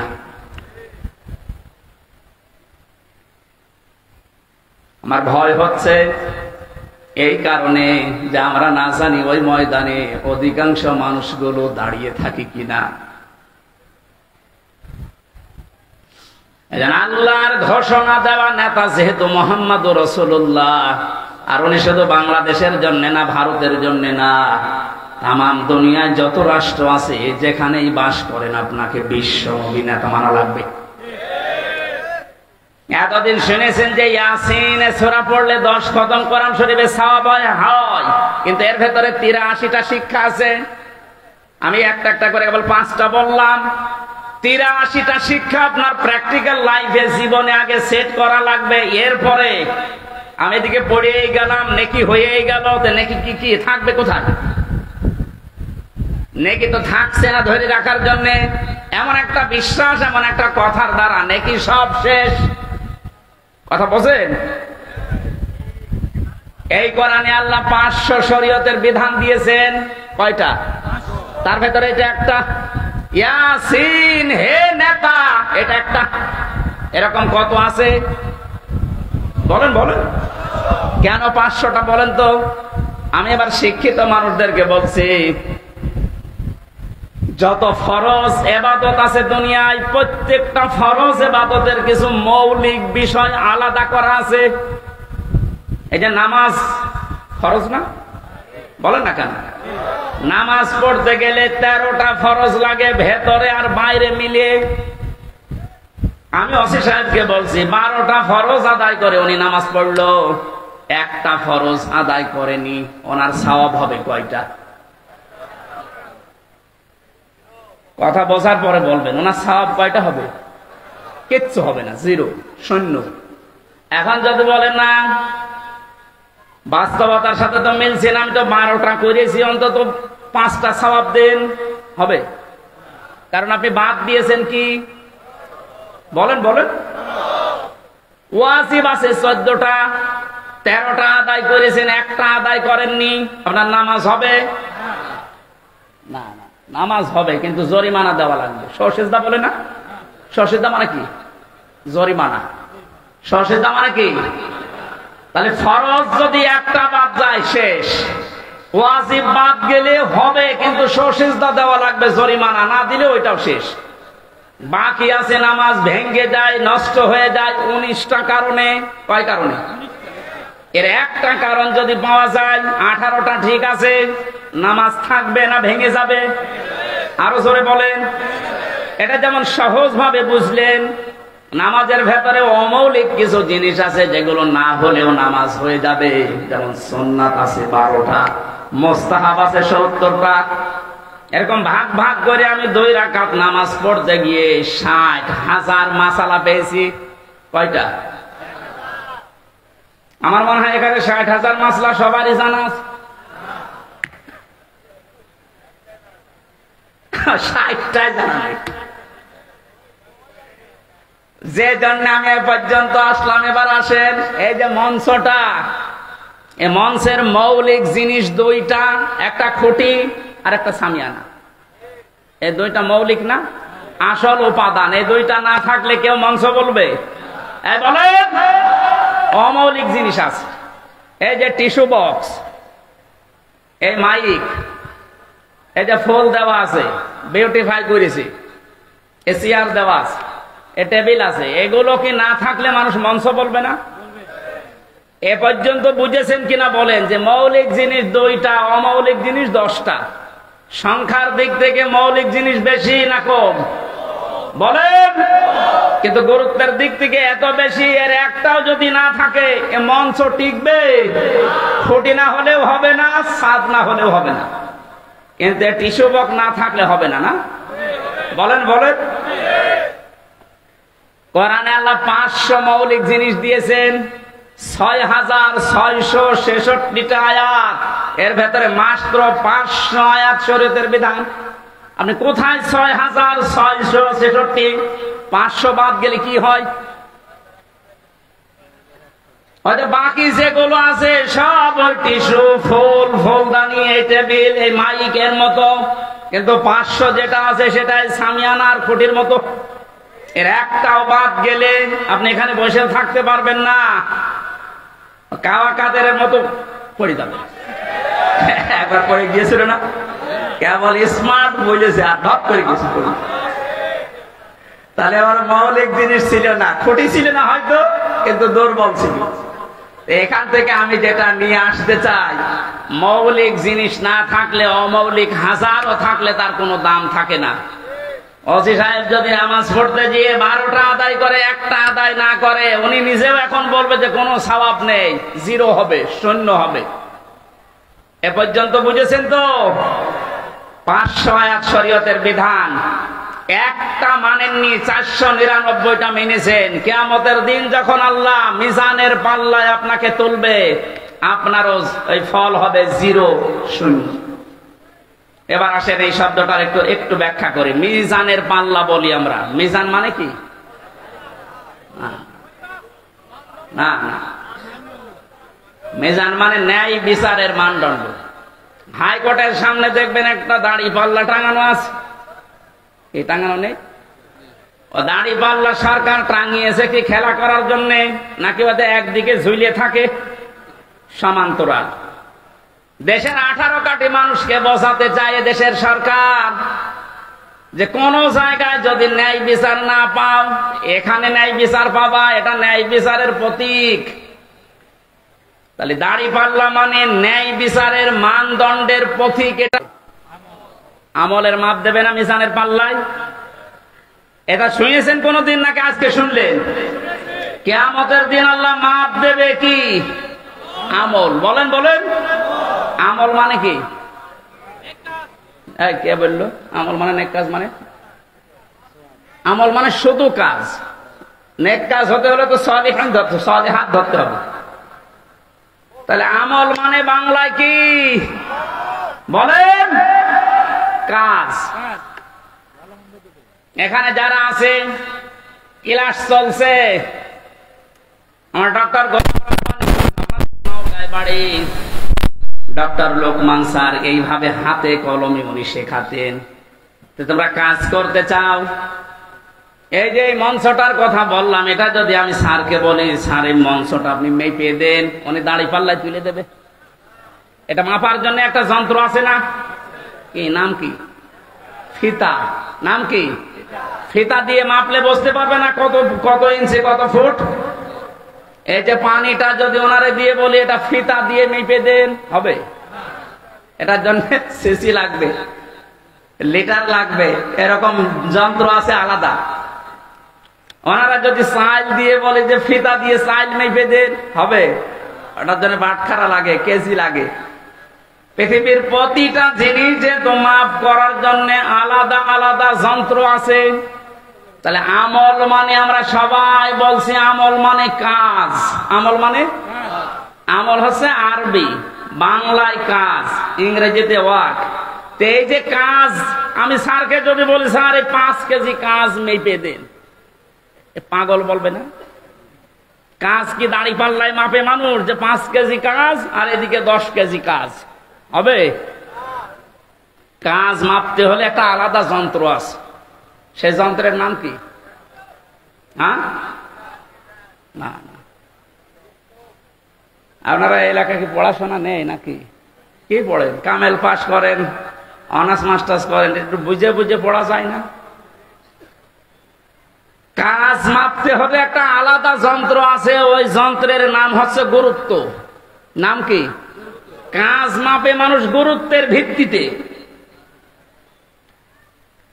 স্যার যদি এক কনস্টেবলকে ডাক দিয়ে বলে জয়পুরহাট সদরে যাও, এই 500 টাকা দিয়ে আসো, এখন উনি সকাল থেকে আশায় আছে যে টাকা দিয়ে আসবে। 2-3 ঘন্টা পরে খোঁজ নিয়ে দেখছে 1-1.5 কিলো যাওয়ার পরে ও কনস্টেবল মার্বেল খেলতেছে। ওনার কথা আর ওনার কাজের কোনো গুরুত্ব কনস্টেবল দিয়েছে? ওর উপরে তো উনি খুব খুশি হবে, রাজি হবে নাকি? বলেন। আপনাকে আল্লাহ 500টা কাজ দিয়েছিল দুনিয়ায়, যেটা মৌলিক কাজ, এই ছাদের মতো আর খুঁটির মতো। এগুলো আপনি না করে মার্বেল খেলছেন। পরবর্তীতে যখন আল্লাহ দেখছে এ কি করে, এই গুরুত্বপূর্ণ কাজগুলো না করে ও মার্বেল খেলছে, ওনার মতো আল্লাহর রাগ হওয়া সম্ভব না। আপনার জীবনের যে মৌলিক কাজ, যা গুরুত্বের ভিত্তিতে আল্লাহ মাপবেন, 500টা কাজ দিয়েছেন। 500টা কাজের গুরুত্বপূর্ণ কিছু অংশ আছে। নামাজের যেমন 13টা। এই অজু করতে গেলে মানুষের অজু ভেঙে যায় কয়টা কারণে? 7 কারণে। বলেন কয় কারণ? এর ভেতরে যদি 6টা আদায় করেন, একটা আদায় করেননি বা নষ্ট হয়ে গেছে, আপনার পুরা অজু শেষ। ওই অজু দিয়ে নামাজ হবে? আমি কেন বলছিলাম এ কথা বারবার ক্লাসের মতো? আমাদের আজকে আমল মাপার, অনেকে মনে করে কিয়ামতের দিন এদিকে আমি 10 কেজি সওয়াব তুলে দেব, এদিকে 11 কেজি গোনা তুলে দেব, একটু কম বেশি হবে। অথবা এদিকে 11 কেজি সওয়াব, এদিকে 10 কেজি গোনা, একটু বেশি হবে, আল্লাহ জান্নাত দিয়ে দেবে। আরে ভাই, কাজ কি মানুষ মাপে দাড়ি পাল্লা দিয়ে নাকি? গুরুত্ব দিয়ে মাপতে হয়। আপনার জীবনের গুরুত্বপূর্ণ কাজই তো নেই। এই পৃথিবীতে যত গুরুত্বপূর্ণ কাজ আছে, এই যে ছাদের মতো আর খুঁটির মতো, তার ভেতরে 1 নম্বরে গুরুত্বপূর্ণ কাজ হচ্ছে আহসানু আমালা, সবচাইতে উত্তম কাজ। সবচাইতে উত্তম কাজ 500টা, তার ভেতরে 1 নাম্বার কি? 1 নাম্বার হচ্ছে আনাকিমুদ্দিন, এই পৃথিবীতে আল্লাহর দিন কায়েম করে দেখাও। এইটার নাম শুনলে যাদের কাছে রাজনীতি মনে হয়, দুনিয়ার কাজ মনে হয়। হযরতে মুসা তাহলে ভুল করেছিল? হযরতে ঈসা ভুল করেছিল? ইব্রাহিম নবী ভুল করেছিল? নূহ নবী ভুল করেছিল? মুহাম্মদ রাসূলুল্লাহ ভুল করেছিল? ওনারা তো এই কাজ করতে গিয়ে 27টা যুদ্ধের নেতৃত্ব দেওয়া লেগেছে। আপনি এই কাজের কথা শুনলে খালি দুনিয়ার কাজ মনে করেন, রাজনীতি মনে করেন, মানে আপনার তো মৌলিক কাজই হাতছাড়া হয়ে যাচ্ছে। ফুল দিয়ে এসব দিয়ে কি করবেন? আমি আশা করি কথা বোঝাতে পেরেছি। এরপরও যদি কেউ না বোঝার ভান করে থাকেন, এদিকে আসেন, আসেন, আপনাকে চট করে ঢুকিয়ে নি, আসেন।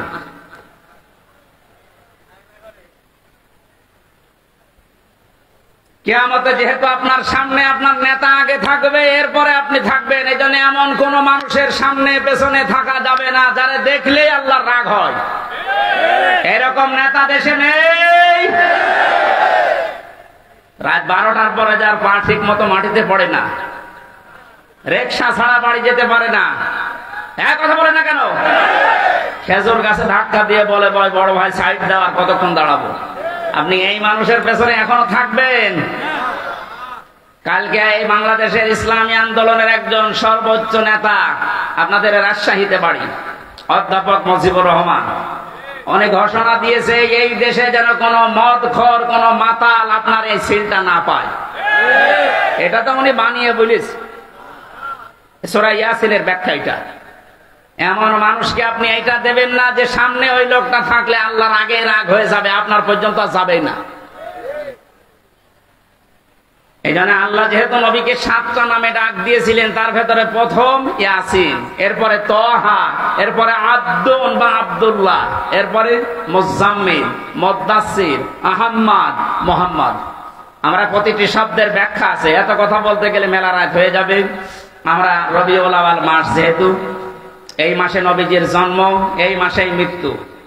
বিশ্ব নবী এই মাসে এসেছিলেন, এই মাসে ইন্তেকাল করেছেন। তাকে নিয়ে বিশেষ করে যে মাতামাতি হয় এই রবিউল আউয়াল আসলে, এটা কোরআন হাদিসে বর্ণিত নেই। আমাদের রাষ্ট্রীয় ভাবে একদিন ছুটি দেওয়া আছে মিলাদুন নবী, নবীর জন্ম বৃত্তান্ত আলোচনা করার জন্য। না, নবীর জন্ম বৃত্তান্ত আলোচনা করার জন্য রাষ্ট্রীয় শোকের দরকার নেই, রাষ্ট্রীয় ছুটির দরকার নেই। নবীজি যেটা দিয়ে দেশ চালিয়েছিলেন, এইটা কিভাবে চালানো যায় সেই পদ্ধতি আবিষ্কার করে, তাহলেই হবে রবিউল আউয়াল পালন করা। আপনি কি একজন সাহাবীর চাইতে বেশি ভালোবাসা মহব্বত রাসূলুল্লাহকে দিতে পারবেন? বলেন। এই যে মিলাদ নিয়ে যারা আজ মাতামাতি করে, আমি কালকে বগুড়া ছিলাম, খালি মিলাদ নিয়ে যেভাবে মিছিল লাগিয়েছে, এরা বুঝে করুক না বুঝে করুক আমি ওটা জানি না, কিন্তু বাস্তবতা হচ্ছে শুধু যদি কেউ মিলাদ মানে জন্ম, মিলাদ মানে কি? শুধু জন্ম নিয়ে কেউ যদি আনন্দে থাকে, সে জাহান্নামে যাবে, শুধু জন্ম নিয়ে। কারণ নবীজির ইন্তেকালের 600 বছর পরে এই মিলাদ আবিষ্কার করেছে মানুষ। তাহলে এই 600 বছরে তো মিলাদ হয়নি দুনিয়ায়, ওরা জান্নাত যাবে না? বলেন। আপনি এই 600 বছর পরে কোথায় পেলেন এটা? ইসলামের ভেতরে নতুন কিছু আবিষ্কার যে করে সে বেদাত করে, আর বেদাত করলে সে গোমরা, আর গোমরা হলে সে জাহান্নামী। আপনি একটা কথা খণ্ডন করতে পারবেন? এবার আসেন আমি দলিল দিচ্ছি। দুইজন চাচা ছিল নবীজির জন্মে খুশি, একজন আবু লাহাব আর একজন আবু তালেব। এরা আপন চাচা। এই দুইজন এত বেশি খুশি হয়েছিল নবীর জন্মে, যারা সংবাদ দিয়েছে তাদেরকেও আজাদ করে দিয়েছে। আর আবু তালেবের জীবনী পড়েছি, ও নিজের সন্তান আলীকে কাছে রাখতো না, কিন্তু ভাতিজা মোহাম্মদ এতিম, বাবা নেই মা নেই, এই জন্য নিজের কাছে রাখতো। এত আদর করেছে, বলতো ভাতিজা আমি তোমার ধর্ম মানি না, কিন্তু তোমার শরীরে কেউ আঘাত করুক এটা আমি বেঁচে থাকতে সহ্য করব না। তা আপনি আর কি করেন বলেন তো? নবীর জন্ম আসলে সেই লোকটার দিকে তাকান। ও জীবন পর্যন্ত দেওয়ার মতো এইরকম মহব্বত করতো রসুলকে। তো মারা যাওয়ার সময় নবীজি যখন বললেন, ইয়া আম্মি আবি তালিব লা ইলাহা ইল্লাল্লাহ হাজ্জুল লাকা ইনদাল্লাহি ইয়াউমাল কিয়ামাহ, বুখারী শরীফের হাদিস। নবীজি মাথার কাছে এসে বলেন, চাচা আশপাশে মানুষজন দাঁড়িয়ে আছে, আপনার জোরে বলার দরকার নেই, আমার কানের কাছে মুখ নিয়ে শুধু আস্তে করে বলেন লা ইলাহা ইল্লাল্লাহ। মুহাম্মদুর রাসূলুল্লাহ বলার দরকার নেই, কারণ ওটা আমি নিজে আমি জানি। আপনি শুধু আল্লাহর একাত্মবাদের স্বীকৃতি আমার কানে শোনান, কারণ আমি সাক্ষী, আমি শাহেদ। আমি কি? শাহিদা ওয়া মুবাশশিরা ওয়া নাযীরা, এই শব্দগুলো কোরআনে নেই। আমি যে সাক্ষী, কিয়ামতে তো বলা লাগবে। আপনি শুধু আমার কানের কাছে একটু বলেন যে লা ইলাহা ইল্লাল্লাহ, আর কিছু বলা লাগবে না, কাউকে শোনানোরও দরকার নেই।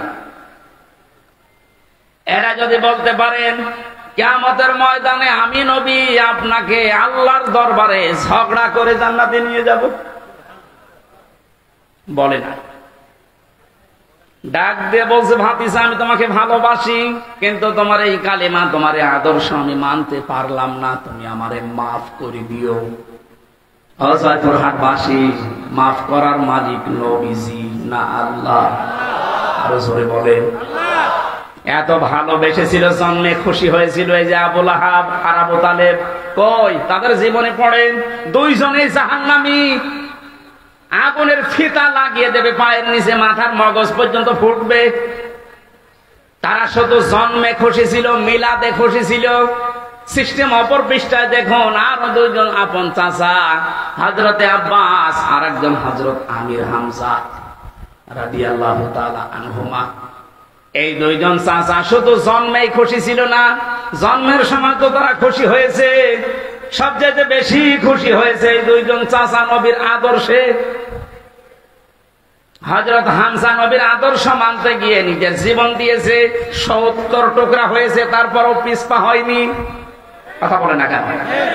হযরতে আব্বাস নিজের জীবন দিয়েছে নবীর আদর্শ গ্রহণ করে। তিনি বলেছিলেন, মান যাকা তামাল ঈমান, তোমরা যদি ঈমানের স্বাদ পেতে চাও, মান রাদিয়া বিল্লাহি রব্বা, আল্লাহকে রব পেয়ে খুশি থাকো, আবিল ইসলামি দীনা, ইসলামকে জীবন ব্যবস্থা হিসাবে পেয়ে খুশি থাকো, আবি মুহাম্মাদির রাসূলিল্লাহ সাল্লাল্লাহু আলাইহি ওয়াসাল্লাম নাবিয়্যা ওয়া রাসূলা।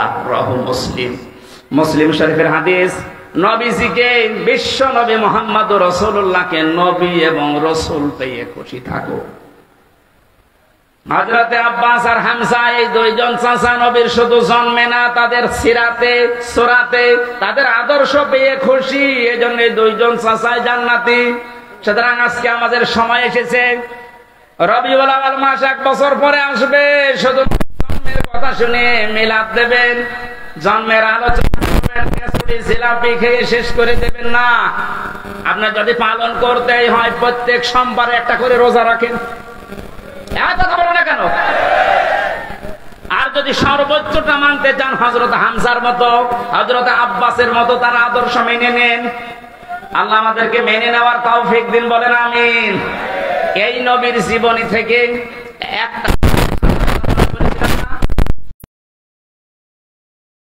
আয়াত পড়েছি, এই আয়াতের ভেতরে যা আছে তাফসীর আকারে বলার চেষ্টা চালাচ্ছি, নাকি শেষ করে দেব? জবান খুলে কোরআনের আয়াতে প্রবেশ করেন। আউযু বিল্লাহি মিনাশ শাইতানির রাজীম, বিসমিল্লাহির রাহমানির রাহিম। ফাবিমা রাহমাতিম মিনাল্লাহি লিনতা লাহুম ওয়ালাউ কুনতা ফাজ্জান গালিযাল কলবি লানফাদ্দু মিন হাওলিক ইলা আখিরি আয়াত। সূরা আলে ইমরান নামকরণ আছে, ঐতিহাসিক প্রেক্ষাপট আছে, শানে নজুল আছে, এই আয়াতের ব্যাকগ্রাউন্ড আছে। এগুলো বিভিন্ন মাহফিলে তাফসিরে আপনারা সহজে পেয়ে যাবেন। আমরা এবার মূল শিক্ষায় যাচ্ছি। আল্লাহ পাক বলেন, হে নবী, আমি দয়া করে আপনার অন্তরের ভেতরে, আপনার অন্তরটা মোলায়েম, কোমল, সহজ, সরল, সফট করে বানিয়েছি। আপনি যদি কঠোর হতেন, কর্কশ ভাষী হতেন, তাহলে আপনার কাছে মানুষ ভিড়তো না, আপনার আশপাশ থেকে মানুষ সব চলে যেত। আপনি যেহেতু নরম দিলের মানুষ, মানুষদেরকে আপনি ক্ষমা করেন আর তাদের জন্য ক্ষমা চান। কোন কাজ করতে হলে যারা অধীনস্থ আছে তাদের সাথে পরামর্শ করে করবেন। কাজটার যখন সিদ্ধান্ত নেওয়া হয়ে যাবে তখন ভরসা করবেন একচ্ছত্র ভাবে আল্লাহর উপরে। যারা ভরসাকারী তাদের আল্লাহর উপরে ভরসা করাই উচিত। এটা বাংলা অর্থ ছিল। এবার আমরা তাফসিরে যাই। নবীজিকে আল্লাহ এত কমল, এত সফট একটা হৃদয় দিয়েছিলেন, তার যে আচার ব্যবহার গুলো, আল্লাহ পাক তার আচার ব্যবহার প্রমাণ করতে গিয়ে একটা নাম দিয়েছেন, খুলুকুন আযীম। হে নবী, আপনি মহান চরিত্রের উপরে প্রতিষ্ঠিত। জোরে বলেন সুবহানাল্লাহ। নবীজির যে আচরণ গুলো ছিল, প্রথমেই শিশুদের সাথে ধরেন, এটা বাচ্চাদের সাথে যার যে আচরণ, হাদিস প্রমাণ করছে। নবীজি রাস্তা দিয়ে যখন হেঁটে মসজিদে নববীতে কাবা শরীফে যেতেন, রাস্তার আশেপাশে বাচ্চারা খেলাধুলা যারা করত, বিশ্ব নবীকে দেখলে নিজের মা, বাবা, বড় ভাই সব ছেড়ে নবীর কাছে ছুটে আসতো। আমাদের ভেতরে চরিত্রটা অনেকের নেই। বাচ্চাদেরকে আদর করা, মহব্বত করা, ভালোবাসা দেওয়া। নবীজি বলেন, ছোটদের সাথে আমার ভালোবাসাটা, আমার আন্ডারস্ট্যান্ডিং এমন ভাবে পয়দা হয়েছিল, আল্লাহ তৈরি করে দিয়েছিলেন। বাচ্চারা যদি নিজের মা বাবাকে দিনের পর দিন, মাসের পর মাস, বছরের পরে বছরও না দেখতো, আমি নবীর সাথে থাকলে ওরা মনে করতো মা বাবার সাথে আছে। হযরতে যায়েদ রাদিয়াল্লাহু তাআলা আনহু, তিনি বিক্রি হয়ে গেলেন একবার ছোটবেলায়। ভাগ্য তাকে খাদিজাতুল কুবরার কাছে পৌঁছিয়ে দিয়েছে। হযরতে খাদিজা তার স্বামী মুহাম্মদুর রাসূলুল্লাহর কাছে উপহার দিলেন যে কামে কাজের লোক হিসাবে আপনাকে দিলাম, আপনি খেদমতের জন্য নিয়ে নেন। 7 দিন হয়ে গেছে। হযরতে যায়েদের বাবা এবং চাচা খবর পেয়েছে মক্কাতে মুহাম্মদুর রাসূলুল্লাহর কাছে আছে তার সন্তান। জয়পুরহাটবাসী একটু নিজের জীবনের সাথে মিলান্ত। নিজের আপন চাচা, আপন বাবা এসে বলছে, মুহাম্মদ, শুনতে পেরেছি আমাদের সন্তান তোমাদের কাছে আছে, ফেরত দিয়ে দান। নবীজি ডাক দিয়ে বললেন, আপনারা কে? আমি চিনি না। আমরা যায়েদের পিতা, এটা যায়েদের চাচা। বিশ্ব নবী বলেন, আপনারা যদি চাচার বাবা হয়ে থাকেন, যায়েদ যদি আপনাদেরকে চিনতে পারে আর যদি যেতে চায়, আমি বাধা দেব না। কিন্তু যায়েদ যদি যেতে না চায়, আপনারা জোর করে নিয়ে যেতেও পারবেন না। পিতা বললেন, হ্যাঁ, আপনি অবশ্যই যুক্তিপূর্ণ কথা বলেছেন। হযরতে যায়েদকে নিয়ে আসা হলো। নবীজি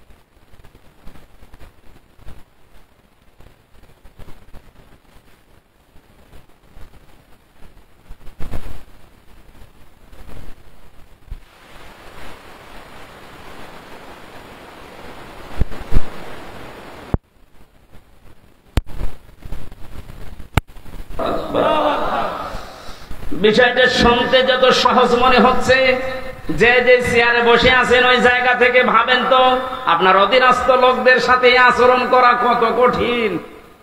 10 বছর না 10টা দিনও আপনি পারবেন না।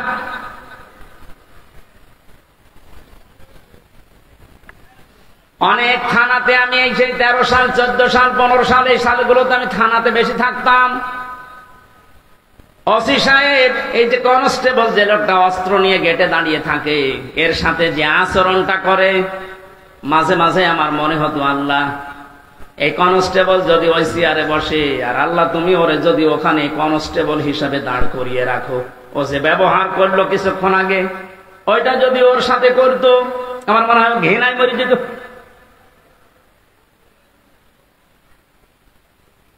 আপনার তার শুকরিয়া আদায় করা দরকার ছিল যে ও একজন মানুষ, ও ডিগ্রি পাস, আমিও ডিগ্রি পাস, আমাকে আল্লাহ চেয়ারে বসিয়েছে আর ওরে অস্ত্র নিয়ে দাঁড় করিয়েছে গেটে। ওর সম্মান আমার চাইতে বেশি হওয়া দরকার। এই আচরণগুলো অনেকে মনে করছে যে দুনিয়ার বিষয় না, এগুলো সব আখিরাতের বিষয়। আল্লাহর নবীর কাছ থেকে রবিউল আউয়াল মাসে যদি এই কাজগুলো আপনি নিতেই না পারেন, তাহলে কি নেবেন এই মাসে? শুধু জিলাপি আর খিচুড়ি। নবী যে আচরণ করেছিলেন যুদ্ধবন্দীদের সাথে, অথচ বাংলাদেশে আয়না ঘর বানিয়ে কি অবস্থা করেছে মানুষের সাথে। আমার সাথে একজন আলেম ছিল জেলখানায়, মাওলানা মুফতি ফখরুল ইসলাম। এই লোকটা মাঝে মাঝে গভীর রজনীতে আমার পাশেই থাকতো, চিল্লিয়ে উঠতো, কি হয়েছে ভাই? বললাম যখন আয়না ঘরে ছিলাম, ওই জায়গায় আমার এই যে হাতের পায়ের ভেতরে হাত দিয়ে সামনে যে রডের দেওয়াল ছিল, এই রড ধরে আবার আটকে দিত হাত। খালি বলতাম আল্লাহ তুমি আমাকে মরণ দাও না একটু শোবার মতো ব্যবস্থা করে দাও। মানুষ তো শুয়ে থাকতে পারলে যে কত শান্তি, এটা আমি হাড়ে হাড়ে টের পেয়েছি। ওই 6 মাসে 6টা মাস আমাকে শুইতে দেয়নি। হাত এভাবে 24 ঘন্টা বাঁধা, শুধু পোশাক পায়খানার জন্য 1.5-2 মিনিট সময় দিত, আর খাবারের জন্য যা দিত খাওয়ার মতো না। 3-4টা তরকার এক জায়গায় দিয়ে মনে হচ্ছে কে মাখিয়ে খেয়ে ফেলে দিয়েছে সেইটা। মানুষের শরীর যে খারাপ হয়ে যায় তার বাস্তব প্রমাণ দেখেননি ব্যারিস্টার আরমানের? ও চেহারা কি হয়ে গেছে। আমি 10 দিন ছিলাম মাটির নিচে মাত্র, তাই আমি নিজেকে চিনতে পারছিলাম না। আসে 8 বছর, অথচ বিশ্বনবী যুদ্ধবন্দী যারা সাহাবীদেরকে বলতেন নিজেরা না খেয়ে থাকবা, যুদ্ধবন্দীদেরকে ভালো খাবারটা খাওয়াবা। আর আপনি নিজেও তো বলেন আপনি হজ করে আসেন, সালাম আসেন, সেখানে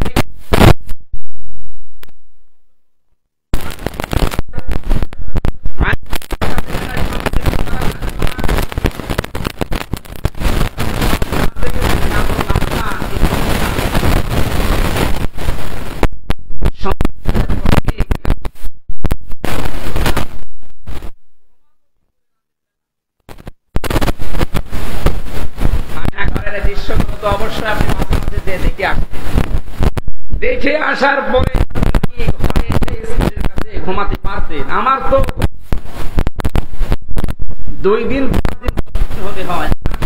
10 বছর একটা মানুষ কবরের মতো জায়গা, রাত দিন বোঝা যায় না, কখন আজান হয় কখন নামাজ হয় কিছু না।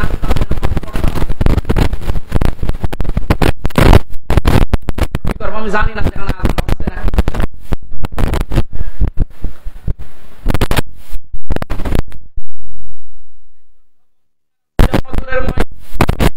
তাদের কাছে যে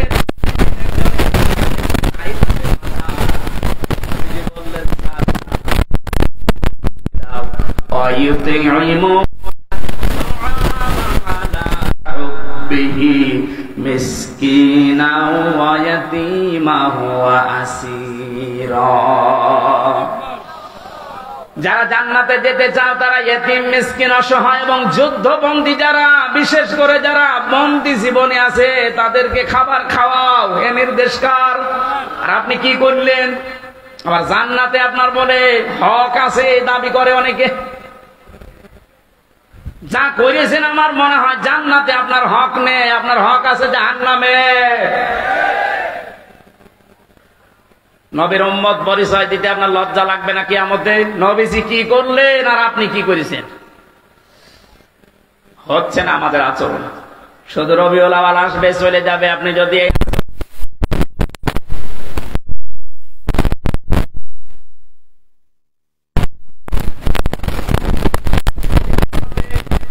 বিশ্বনবী নিজে রাষ্ট্রের দায়িত্ব পালন করে এসে দেখে আয়েশা আর প্রকৃতিগুলো একটা একটা করে চলে যাচ্ছে। আমাদের মতো স্বামী যারা দরকারি সাগরে নিয়ে যাচ্ছে আর বউ পড়ে পড়ে ঘুমাচ্ছে, ওখানে পিটিয়ে হাত মারা করে ফেলত। কাজ কাম নেই বাড়িতে, কি করো কি? নবীজি এসে খামের গুলো তৈরি করে, রুটিগুলো তৈরি করে, গোশত তৈরি করার পর হযরত আয়েশাকে এবার ডাকলেন। ডাক দিয়ে বলে, আয়েশা দেখলাম তুমি ঘুমিয়ে গেছো, তোমার ঘুমের ডিস্টার্ব হবে এজন্য কিছু বলি নাই, আমি নিজেই নতুন করে রুটি বানিয়ে গোশত বানিয়ে রেখে দিয়েছি, এসো আমরা দুইজন খাই। হযরত আয়েশা কেঁদে ফেললেন। নবীজির বুকের ভেতরে মাথা নিয়ে বলেন, হে আমার স্বামী, দুনিয়াতে আমার কোনো দুঃখ নেই, কোনো আফসোস নেই। এই কথা বলার মতো স্ত্রী বাংলাদেশে কম না বেশি? নেই। আমরা যে আচরণ করছি তাদের সাথে হচ্ছে না, আমারটা হচ্ছে না, কারণ রেকর্ড হচ্ছে, মিথ্যা কথা তো বলা হচ্ছে না। এখনই ম্যাডাম লাইভ দেখছে। আমার আচরণটা আরো সংযত হওয়া লাগবে। আমরা যেন রবিউল আউয়াল মাসে আমি সহ এখানে যত স্বামী আছি প্রত্যেককে যেন রাসূলুল্লাহর মতো এই চরিত্র নিতে পারি, বলেন আমিন। সম্মানিতা মা বোনেরা, আসার সময় দেখলাম গভীর মনোযোগ দিয়ে রাসূলের কথাগুলো শুনছেন, কান খাড়া করে শোনেন। বাংলাদেশে নারী নির্যাতন করলে কেস হয়, মামলা হয়, এই যে বসে আছে মামলা নেওয়ার জন্য। পুরুষ নির্যাতন হলে যে কেস হবে, করব কোথায়? এজন্য আমরা চাচ্ছি আপনাদের কারণে দেশের 100 জনের 98টা স্বামী মানসিক রোগী হয়ে যাচ্ছে। আপনি উদার হবেন। মেয়েদের ছোট মনের কারণে সংসারে শান্তি নেই। হাজারো মেয়ে লোক বউ এমন আছে, নিজের বাবা মা নিজের ভাই বোনের জন্য যদি স্বামী খরচ করে বলে অসুবিধা নেই, অথচ স্বামী যদি তার নিজের ভাই বোনের জন্য একটু কিছু করে, অনেক বউ আছে মন খারাপ করে। এরকম ছোট মনের বউ আছে, কার হাত তোলেন তো? না না, আমি হাসির খোরাকি দেয়। এই দুইজন হাত তুলেছে বিয়ে না করি, আমি জানি বিবাহিত মানুষ হাত তুলবে না, কারণ এটা কিন্তু ভিডিও হচ্ছে, ও দেখবে যে আমার বাড়িওয়ালা হাত তুলেছে কিনা। না, আপনি উদার হন। কি করবেন? আপনি তো আর 50 বছর পরে দুনিয়ায় থাকবেন না। মাঝখান থেকে আপনি এই আচরণের কারণে জাহান্নাম খরিদ করে নিয়ে যাচ্ছেন। আপনার মতো পাগল আর কেউ নেই। আপনার সম্পত্তি পড়ে থাকবে, মাঝখান থেকে আপনি জাহান্নামে হয়ে যাচ্ছেন। অথচ নবীজি বলেন, কোন স্ত্রী যদি চায় যে আমার স্বামী বেশি দিন বেঁচে থাক, আমার স্বামীর সম্মান মর্যাদা টাকা পয়সা আরো বেড়ে যাক, সে যেন মাঝে মাঝে স্বামীকে তাগিদ দেয়, তুমি যাই করো রক্তের সম্পর্কগুলো ঠিক রাখো। এরকম বলার মতো বউ আছে? নেই। আরো কি করে রক্তের সম্পর্ক নষ্ট করে দেয় সেই বুদ্ধি দেয়। শাশুড়ি গল্প করে মানুষের কাছে মাঝে মাঝে যে আমার জামাই খুব ভালো, শুধু আমার মেয়ের কথা মতো চলে, আর এই যে ছেলেটা আমার, এটা একটা হারামজাদা, শুধু বোর কথা মতো চলে। আপনি শাশুড়ি, আপনার মনের ছোট কেন? একটু উদার হতে পারেন না? নিজের মেয়ে ভুল করলে মাফ করে দেন, আর বৌমা একটু কিছু করলে আপনি তার ছেলের কানে তুলে দেন। আপনি মানুষ, আপনি ডাইনি। আপনি নামাজ দিয়ে রোজা দিয়ে কালো বোরকা দিয়ে জান্নাত যেতে পারবেন না ওই মেয়েটার বরদোয়ার কারণে। আল্লাহ আমাদের আচরণগুলো রাসূলের কাছ থেকে নেওয়ার তৌফিক দাও, বলেন আমিন। আন্তর্জাতিক জীবনে তার চরিত্র আছে। প্রত্যেকটা জীবনে বড়দের সাথে কিভাবে আচরণ করা লাগে। আজ অফিসের যারা বস আছেন, এখানে দোকানের মালিক আছেন, আমি বহু অফিসে এই অভিযোগটা শুনেছি, এই জন্য তুলে ধরলাম। অনেক অফিসের অফিসারের আচরণ পেয়ে তার নিম্নে যারা চাকরি করে তার আচরণের কারণে বলে কখন যে 8 ঘন্টা চলে যায় স্যারের কাছে থাকতে আমি টেরও পাই না, মনে হয় যে আরো 8 ঘন্টা যাক, বাড়ির কথা আর মনে হয় না। এমনও স্যার পেয়েছি বলো হুজুরে 8 ঘন্টা না, কখন যে 8 ঘন্টা যাবে শুধু আল্লাহ আল্লাহ করুন। এই যে দুইটা স্যারের পরিচয় বললাম, একটার চরিত্র রসুলের মতো আর একটার চরিত্র ফেরাউনের মতো। ফেরাউনকে আল্লাহ জান্নাত দেবে, ওই স্যারকে আল্লাহ জান্নাত দেবে না। আল্লাহ আমাদের আচরণগুলো রসুলের মতো হওয়ার তৌফিক দিন, আমিন। বারাকাল্লাহু লানা ওয়া লাকুম ফিল কোরআনিল আযীম। আল্লাহুম্মা আমিন। লা ইলাহা ইল্লা আনতা সুবহানাক ইন্নী কুনতু মিনাজ জালিমিন। এই মোনাজাতটা বসে করেন, আমরা মুসাফির আছি, অসুস্থ আছি, আমরা মজলুম অবস্থায় আছি। মোনাজাতটা আমরা বসে করছি, যে যেখানে আছেন মোনাজাতটা বসে করেন, যদি সম্ভব হয় মাথা নিচু করেন, চক্ষু বন্ধ করেন। অপরাধ আল্লাহ মাফ করে জায়গাটা নেকি দিয়ে ভরাট করে দেবেন ইনশাআল্লাহ। রব্বানা যালামনা আনফুসানা ওয়া ইল্লাম তাগফির লানা ওয়া তারহামনা লানাকুনান্না মিনাল খাসিরিন। আল্লাহ তাআলা সারা জীবনের অপরাধ মাথায় নিয়ে আমরা জয়পুরহাটের আক্কেলপুরে পাশের সন্দেশে হাত তুলেছি। তোমার নবীদের জীবনের আচরণ ব্যবহার কেমন ছিল একটু শুনেছি। দয়া করে আমাদের জীবনে আচরণ করার তৌফিক দাও। তুমি আজকের অনুষ্ঠানে যদি সওয়াব দিয়ে থাকো, কিয়ামতের দিন সুপারিশ করবে আমাদের জন্য, ওই নবীজির রওজায় পৌঁছিয়ে দাও। সারা পৃথিবীর মাটির নিচে যারা ঘুমিয়ে আছে আল্লাহ, সারা দুনিয়ার পানিও যদি কবরে দেওয়া হয় জাহান্নামের আগুন নিভবে না। মেহেরবানি করে তোমার রহমতের পানি দিয়ে চিরদিনের জন্য কবরের আযাব মাফ করে দাও। এই মাহফিলের আয়োজন করতে গিয়ে তোমার যে যুবক বান্দারা কাজ করেছে, এলাকার মানুষকে সাথে নিয়ে, মুরব্বীদেরকে তুমি আবু বকরের মতো, যুবকদেরকে তুমি হযরত হাসান হুসাইনের মতো বানিয়ে দাও। সম্মানিত মা বোনদেরকে খাদিজার মতো, আয়েশার মতো কবুল করে নাও। মাহফিলের সম্মানিত সভাপতিকে কবুল করো। প্রধান অতিথি আমাদের অভিভাবক, নির্বাহী অফিসার, আল্লাহ যে দায়িত্বটার মাথার উপরে দিয়েছে ও সততার সাথে পালন করার তৌফিক দাও। আল্লাহ তাআলা এখানের অফিসার ইনচার্জ শ্রদ্ধাভাজন বড় ভাই জনাব নয়ন হোসেন, এলাকার মা বাবাকে মাফ করে দাও। তার স্ত্রী পুত্র যারা আছে দুনিয়াতে তাদের সহি সালামতে রাখো।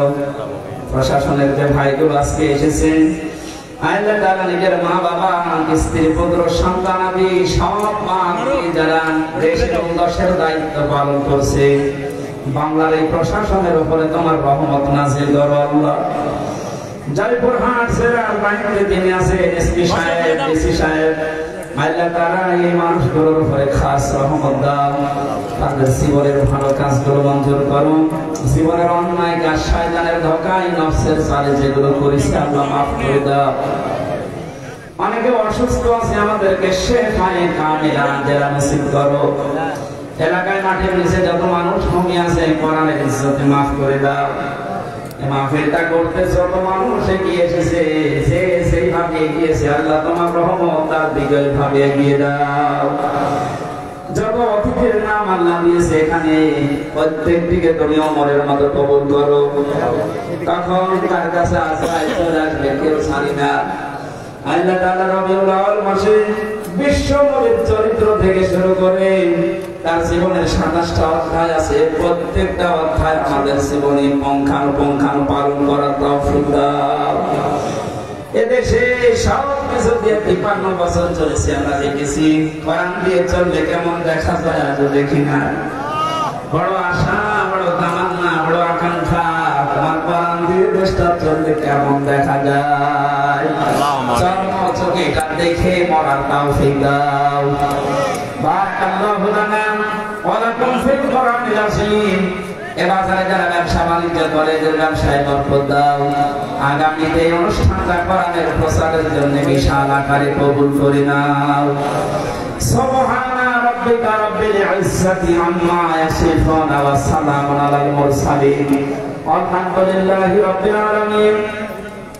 মরণের সময় যেন শেষ কথা এটা বলতে পারি, লা ইলাহা ইল্লাল্লাহু মুহাম্মাদুর রাসূলুল্লাহ। আমার মেয়েদের উপরে লিখিত বই পাওয়া যায় গাড়িতে।